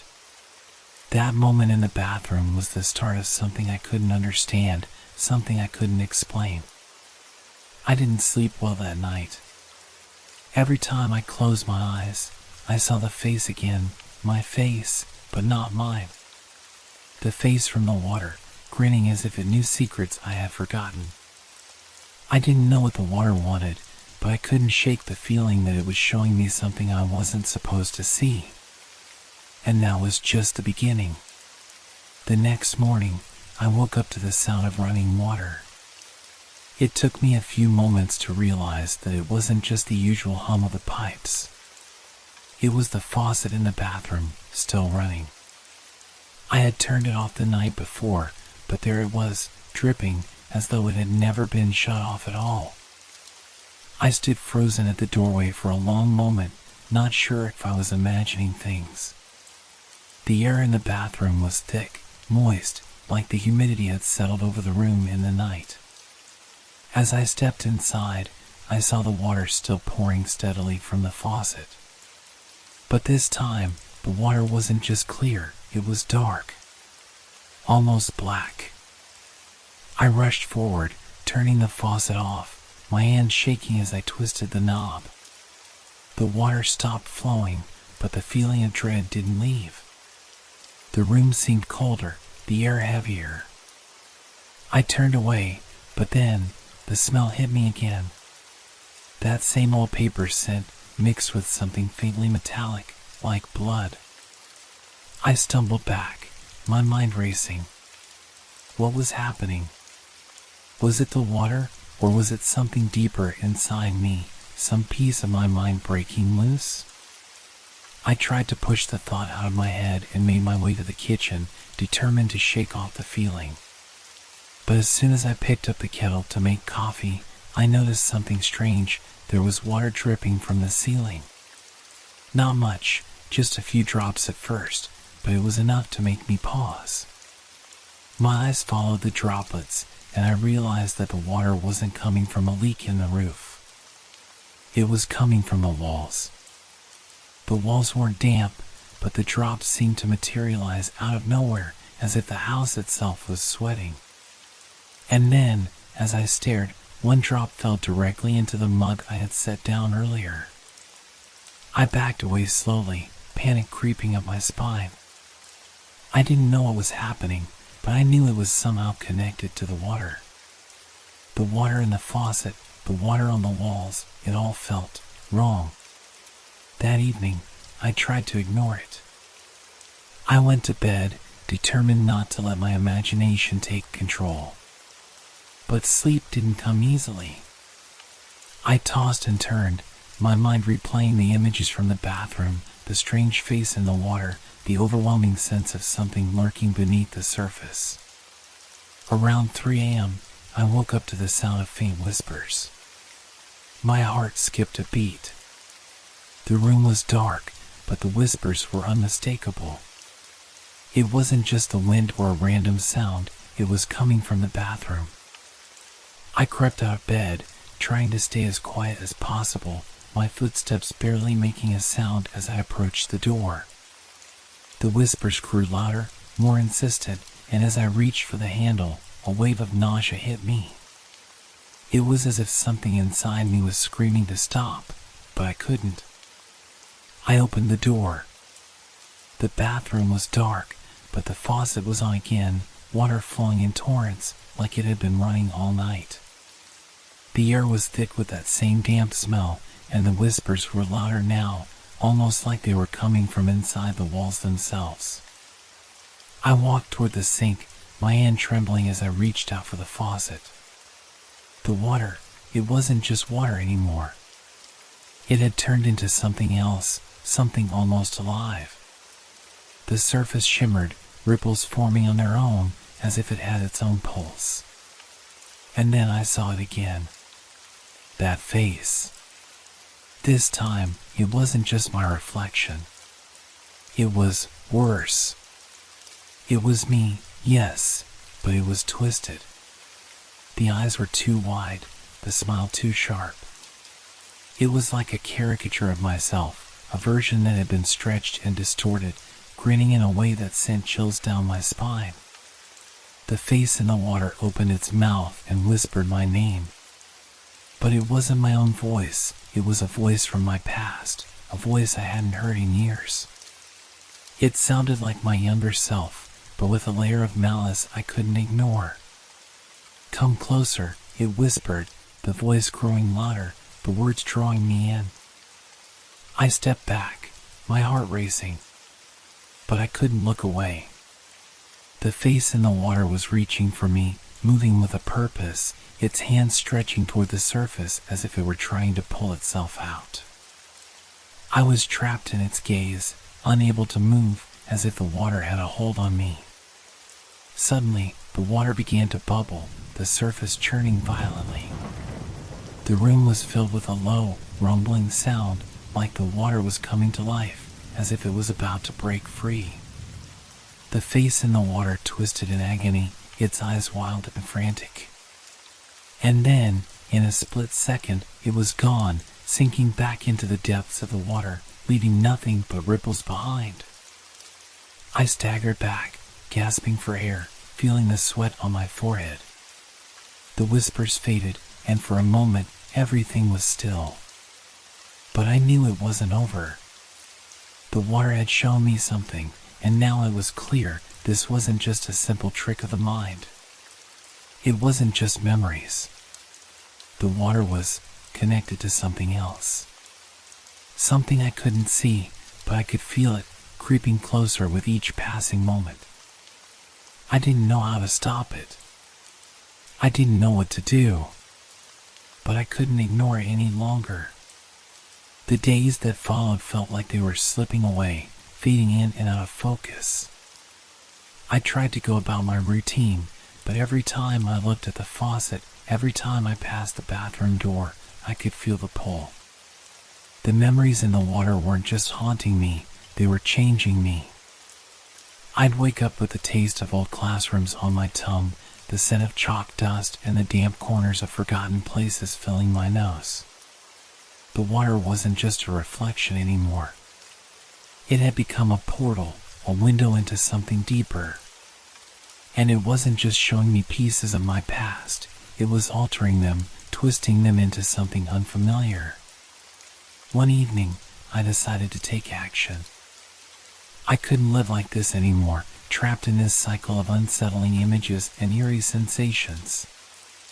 I needed to break free. I stood in front of the bathroom mirror, my hands shaking as I reached for the faucet. The water was still, but the surface seemed almost alive. It rippled in subtle waves, as if it were waiting for me to make the first move. I hesitated. What if I couldn't escape? What if I was already too far gone, drawn into something that would never let me go? But there was no turning back now. I turned the knob, the water starting to flow, slow at first, then faster, until it was a steady stream. The temperature was perfect, neither too hot nor too cold, just the way I liked it. But something about the feel of the water against my skin felt wrong. The familiar sensation was tainted, like I was standing in the middle of a dream that had gone sideways. As I looked into the sink, I caught a glimpse of my own reflection. Or, at least, I thought it was mine. The eyes staring back at me seemed empty, hollow. There was no warmth, no life in them. Just a coldness that sent a shiver through my bones. And then, something shifted. The reflection wasn't just standing there. It moved, tilting its head to one side, as if it were trying to communicate, but its movements weren't in sync with mine. I stood frozen, watching as my reflection grinned, a slow, deliberate grin that twisted at the edges, like it was savoring something. The whispers began again. This time, they weren't just words, they were images, memories, fragments of my life. I saw flashes of moments I had long forgotten. A schoolyard where I stood alone, waiting for a friend who never showed up. A cold, dimly lit basement where I had hidden something I should never have found. The images grew more vivid, more intense. The water in the sink churned, swirling like a storm had taken over, pulling at my reflection with a force I couldn't understand. My reflection moved faster now, almost jerky, its hands reaching out toward me, its fingers stretching in unnatural ways. I couldn't breathe. A voice echoed in my head, distant yet somehow intimate, "Come to me." It wasn't my own voice this time. It was deeper, colder, filled with something that felt ancient, like the water had taken on a life of its own. It felt as if the reflection was calling to me, inviting me to step closer, to surrender. I backed away, my mind screaming at me to run, to leave, but my feet were frozen to the ground. The water surged higher, spilling over the edge of the sink and splashing onto the floor. The whispers grew louder, becoming more urgent. I turned and ran. I slammed the door behind me and collapsed against the wall, gasping for air, trying to steady my racing heart. The sounds of the water, the whispers, still echoed in my ears, vibrating through the walls. It felt like the whole house was alive, pulsing with a rhythm I couldn't understand. I tried to convince myself that it was all in my head, that it was just stress or a figment of my imagination. But deep down, I knew it was something far more sinister. I couldn't escape it. I couldn't escape the memories. And as much as I tried to ignore it, I couldn't help but feel that the water was waiting for me, calling me back. There was no going back now. The next morning, I couldn't help but return to the bathroom. The faucet was off, the water still, almost as if nothing had happened. But I knew it wasn't over. I leaned in closer, watching the mirror, waiting for the inevitable. And then, I saw it. A hand reaching from the surface of the water. A hand that wasn't mine. It moved toward me, its fingers stretching, its grip tightening. I couldn't pull away. I had to touch it. The moment my fingers brushed the surface of the water, a shock ran through me. It wasn't cold, wasn't wet, but it was wrong. The sensation didn't feel like water at all. It was like touching something that didn't belong to this world, something that shouldn't exist. I pulled my hand back, heart pounding in my chest. The reflection in the mirror didn't move, but the hand in the water seemed to linger, frozen in place, waiting for something. The ripples spread outward, unsettlingly calm, as if nothing had happened. But I knew. I could feel it. The water wasn't just showing me memories anymore. It was connected to me. It knew me. And I was starting to feel like it knew more than I did about myself.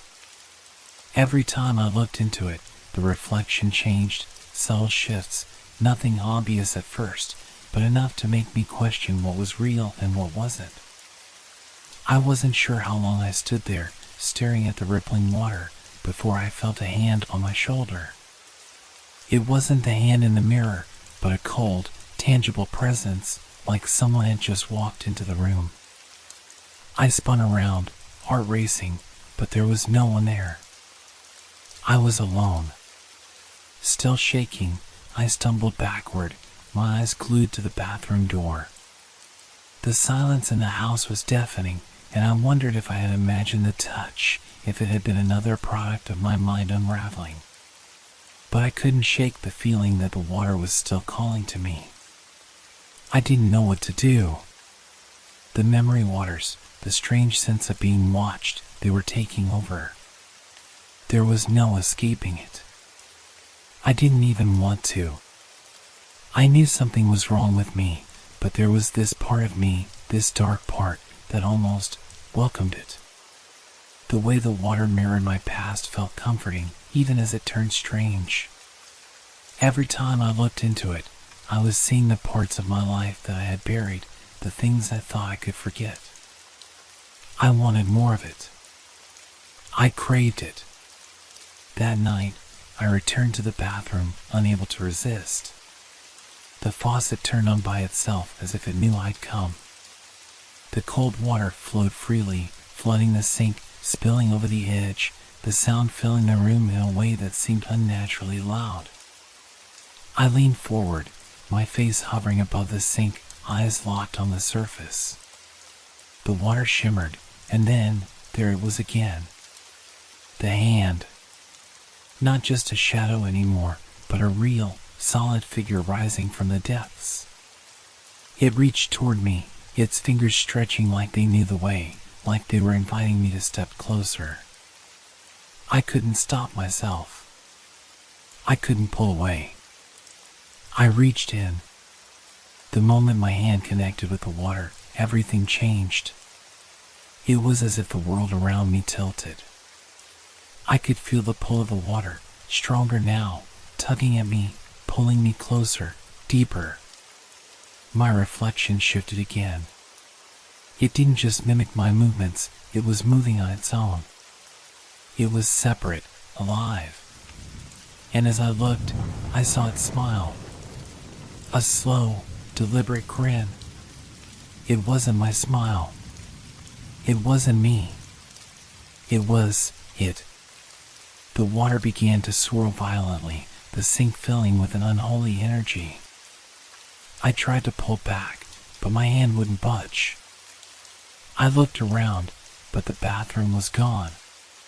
The mirror was gone. The water consumed everything, filling the room with its cold, relentless presence. My reflection wasn't me anymore. It became something else.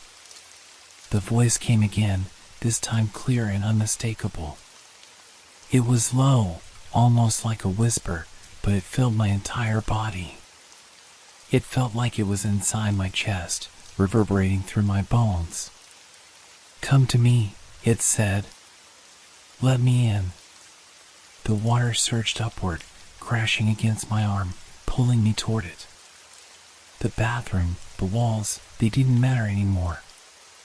The only thing that existed now was the water, and it was pulling me in deeper, wrapping around me like a suffocating embrace. I screamed, but no sound came out. The force of the water was too strong. And then I felt it. A presence, something behind me. I couldn't see it, but I could feel it, like a dark shape looming in the corner of my vision. Something that was waiting, something that wanted to take my place. The water, it wasn't just showing me memories. It was showing me the future. It was showing me what I would become. I struggled, my hands grasping at the walls, but the water kept pushing, pulling, consuming. My body felt weightless, as if I was floating, drifting between worlds. I wasn't sure what was real anymore. And that's when I saw it. In the reflection, no, not the reflection. Something in the water, in the deep, dark pool that was swallowing me. I was standing there. Not the me that was drowning, not the me that was being consumed, but a different me. A version of myself that was smiling. A version of me that wasn't afraid. That version of me stepped forward. And it didn't stop. It reached out. It took my hand. And then the water stopped. I was back in the bathroom. The faucet was off. The water was still. But I wasn't alone. It was standing there with me. I blinked, my mind struggling to piece together what had just happened. The room was silent, the water now still, but the echo of that moment, the moment when I had touched something else, lingered. I could still feel the coldness of its hand wrapped around mine, the pull that had nearly taken me under. But I wasn't alone anymore. It stood there, in the reflection. At first, I didn't understand. I thought maybe I was still trapped, still in the grip of some nightmare. But no! This thing was standing in the mirror, its eyes fixed on me, unwavering. It was me, but it wasn't. The figure mirrored my every movement, yet there was something off about it. Its posture was wrong, too rigid, too perfect. Its face was expressionless, except for the eyes. They were cold, empty, like they were looking through me, not at me. I reached out, slowly, testing it, almost afraid to confirm what I already knew. The figure in the mirror did the same, but faster. Its hand shot up to the glass with a suddenness that made my heart race. It touched the surface, its fingers brushing against the cool glass, just inches from my own. I gasped, pulling back, stumbling away from the mirror. The world spun around me, and for a brief moment, I couldn't tell what was real. Was this me, standing in front of the mirror? Or was it that thing in the reflection? I turned to run, but the air felt heavier now, thicker, pressing against my chest. I couldn't breathe. It was like something was closing in on me, suffocating me, like the space around me was shrinking. I heard the water. Not the gentle stream from the faucet, but the deep, unnatural gurgling sound, like the water itself was alive. It was rising. I turned back to the sink, my eyes wide in disbelief. The water was overflowing, spilling out, pooling onto the floor. But it wasn't water anymore. It was darkness.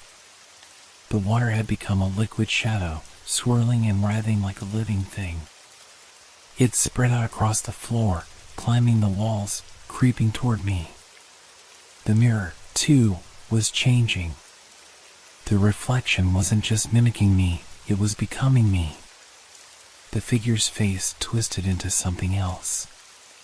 A grotesque, jagged smile stretched across its lips. I wanted to scream, but the sound died in my throat, choked by the growing pressure around me. "Let me in," the voice whispered again, but this time it wasn't a whisper, it was a command. A promise. And in that moment, I realized the truth. It had never been my reflection. It had always been waiting for the moment when I would finally break, when I would let it in. I backed away, my legs shaking beneath me. But there was nowhere to go. The bathroom walls seemed to close in on me, the space growing smaller, suffocating. The dark water was reaching up toward my feet now, crawling along the tiles. It was like it was alive, like it was trying to pull me under. I reached for the door, but it wouldn't open. It was stuck. It had been stuck this whole time, and I hadn't noticed. I pulled harder, panicking, but the door refused to budge. I turned back to the mirror, and for a second, I thought I saw something change. The figure was no longer smiling. It was reaching. Its hand came through the mirror. I couldn't move. I couldn't scream. The hand from the reflection, my own hand, but not my own, reached out, its fingers curling around the edge of the frame. It pulled itself through the glass, slipping into the world with terrifying ease, the liquid darkness flowing out with it, spilling into the room like some malevolent flood. I felt its presence in my mind, its cold touch creeping into my thoughts, twisting them, warping them. "You're not who you think you are," it seemed to whisper, over and over, in my head. I tried to pull away, but it was too late. The reflection stepped out from the mirror, its body solidifying, taking shape in front of me. It was me, but it wasn't.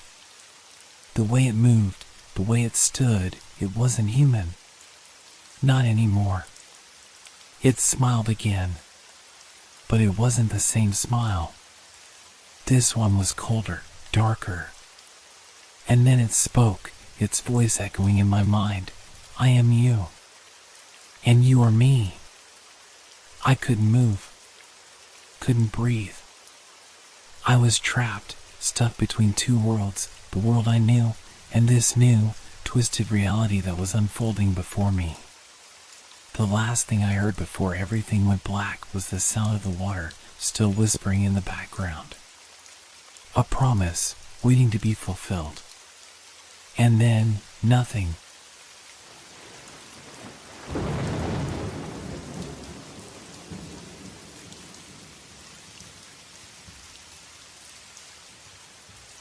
Thank you for making our stories part of your relaxation time. We hope they brought you a sense of peace and transported you to a world of fantasy and mystery. If you enjoyed the stories, feel free to leave us a review. Your feedback inspires us and helps us make the content even better. Now, unwind to the calming sounds of rain and thunderstorms, which will continue to set a tranquil mood. Let these sounds carry you gently into the realm of dreams. Don't forget to like our page if you haven't yet. Wishing you a restful night's sleep. Relax, rest well, and good night.